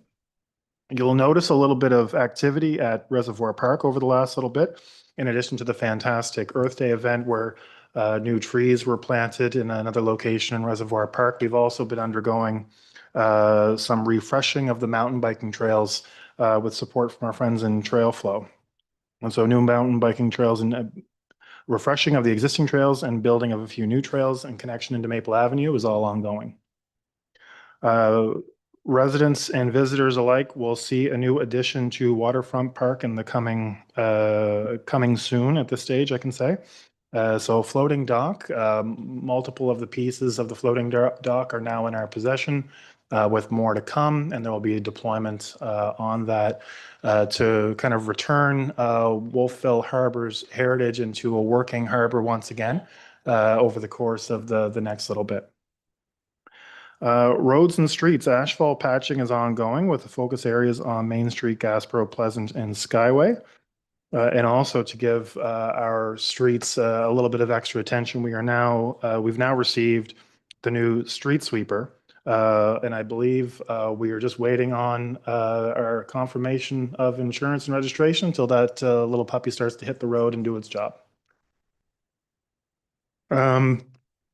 Last week, Willow Pond received a coating of waterproofing concrete. So we were losing more water than we would want to lose out of Willow Pond over the last number of years. So we've done a treatment on that pond to improve its waterproofness, if that's a word, and try to relieve some of the lost water that's been occurring there. The Maple Avenue compost site is also open for another season, and it's already been quite a hot area for drop-offs. Harvest Moon Trail, if you've walked the Harvest Moon Trail over the course of the last couple of weeks, you'll see that we have nearing completion on another section of concrete.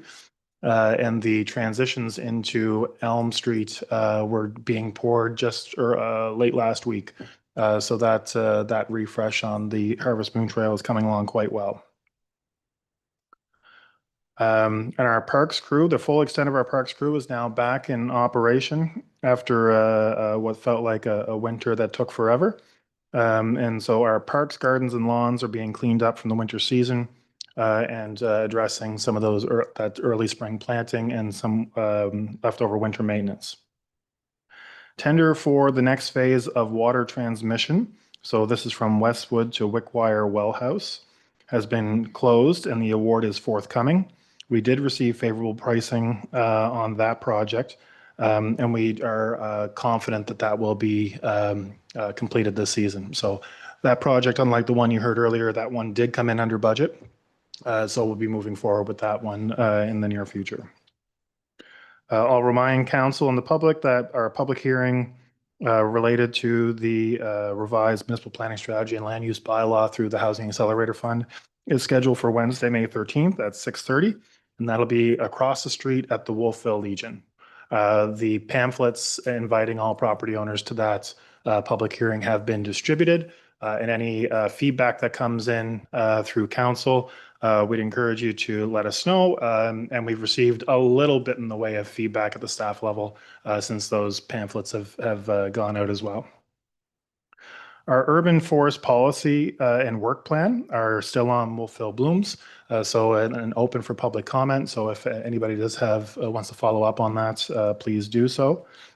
There's a rundown of more recent development application in your package as well. And I'll remind folks that the most up-to-date information on all development packages, applications and packages is always available on our current planning application section on wolfville.ca. And so there's items that are in your package today that are more information is available on wolfville.ca under current planning applications.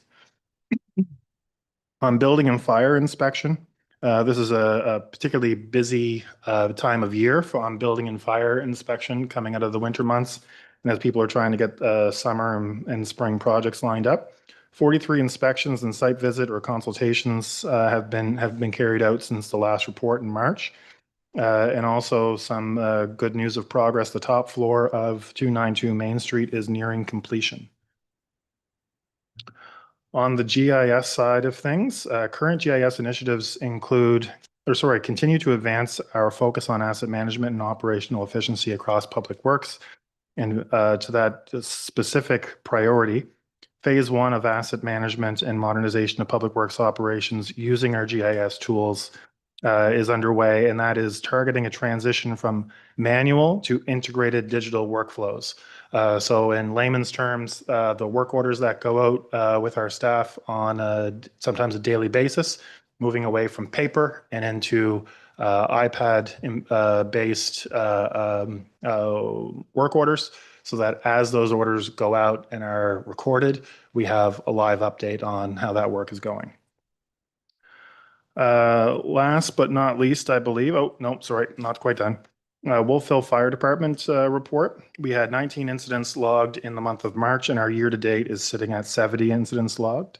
You'll see a little bit more activity just over here at the fire hall over the course of the last week and this coming week. as all trucks start their annual pump testing. And also our motor vehicle inspections are underway as well. So you'll see trucks going back and forth on a pretty regular basis. The town's new municipal asset naming and renaming program is now open and operational. So I don't believe we've received a lot in the way of suggestions just yet. So that is, if folks know of individuals or organizations that want to participate in that program, please give them a nudge to do so. But we are ongoing intake on that. And I'll also note that a number of capital projects are now posted for a landing page on Wolfville Bloom. So as activity occurs and as communication is developed, it'll be posted there so that we can continue to keep the community informed. And this one is the last but not least. Wastewater treatment plant upgrades continue into this fiscal year, steering to a completion date of the late summer of 2026. Overall, that project is going well. So we're all looking forward to seeing the progress made over the course of the next couple of months to try to wrap that up by the fall. And that covers it. Thank you, CEO, for once again, all the detailed report. Appreciate that. I'll open up to council. There are any questions? Mayor McKay? Thank you. Yes, thanks for the report. Lots happening for sure. Excited to see the dock going on Waterfront Park this year. That'll be exciting. Also really happy to hear we got the street sweeper and insurance because I'd really like to take it for a ride if I'm allowed. I think that'd be a fun job. I could wave. Anyway, I made Howard laugh, so that's good. Question on progress on the West End Park. I know we talked about that and that was not in the list of parks.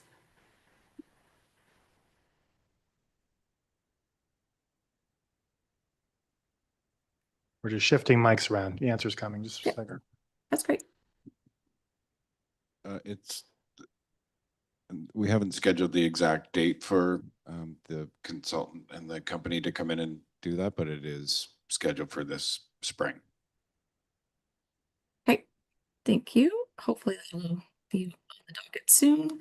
And the only other thing I wanted to just give a quick acknowledgement to I see the fire department has been busy and will continue to be busy over the next little bit and coming into grass and wildfire season. And yesterday was International Firefighters Day. So just wanted to continue the love out to them and give them a word of gratitude from all of us. We certainly do appreciate all you do for us.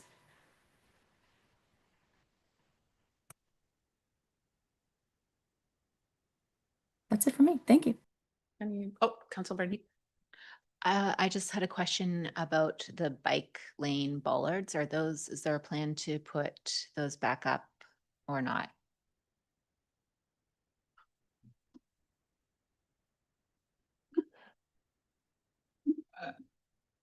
Testing. So at this point, we have in the West End, we have a transmission main replacement that will be going in from Westwood to our well at Wickwire, and we also have significant works in the East End. So I think it would be better for us to come back with an update whether that's going to happen at all this season. I don't want to say no definitively, but I'm going to say that it's unlikely. Okay. I will add to that though, when if they do not go back up, there will be some community communication involved with that because the intention is for them to go back up, but we have operational requirements that may prevent that in this season. Councillor Palmer? You referred to the waste treatment plant and that was to be completed. Do we expect that to be over budget at this stage, or do we know what's going to happen with our costing there? At this point, that is on budget. Thank you. I just wanted to add what a great job is going on at Reservoir Park. I do walk there quite frequently and everybody is loving what Trail Flow is doing to all the trails and everything. So it's really starting to shape up there now that our weather is getting nicer. So thank you for all the work that you've done.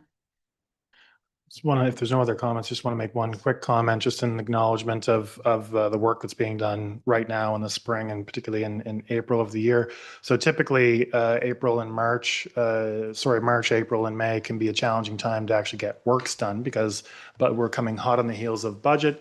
There's contractor challenges with crews, with the availability of materials and all that kind of stuff.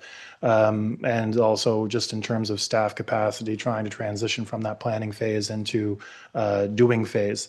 And I can very confidently tell you, as you can see from a very busy CAO's report, staff at the town of Wolfville have been going knock down, drag out over the course, coming hot off the heels of our approved budget to make the most out of what we can accomplish in this spring. So kudos to all the staff who have contributed to every initiative that we have going on, because it's been a higher than average body of work across the spring, in my estimation.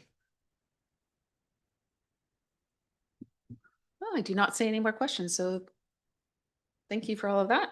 We will move on to committee reports internal. I've audit committee. Councillor Palmer, is there anything to add?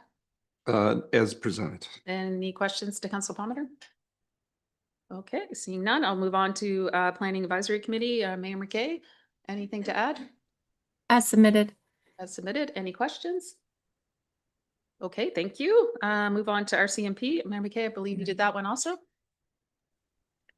Yeah, as submitted. Thank you. As submitted. Any questions, Mayor McKay? Thank you. We'll move on to committee reports external.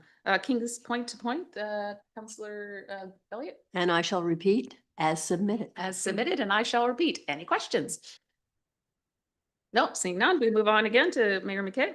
Valley Regional Services. Ditto again, as Ditto submitted.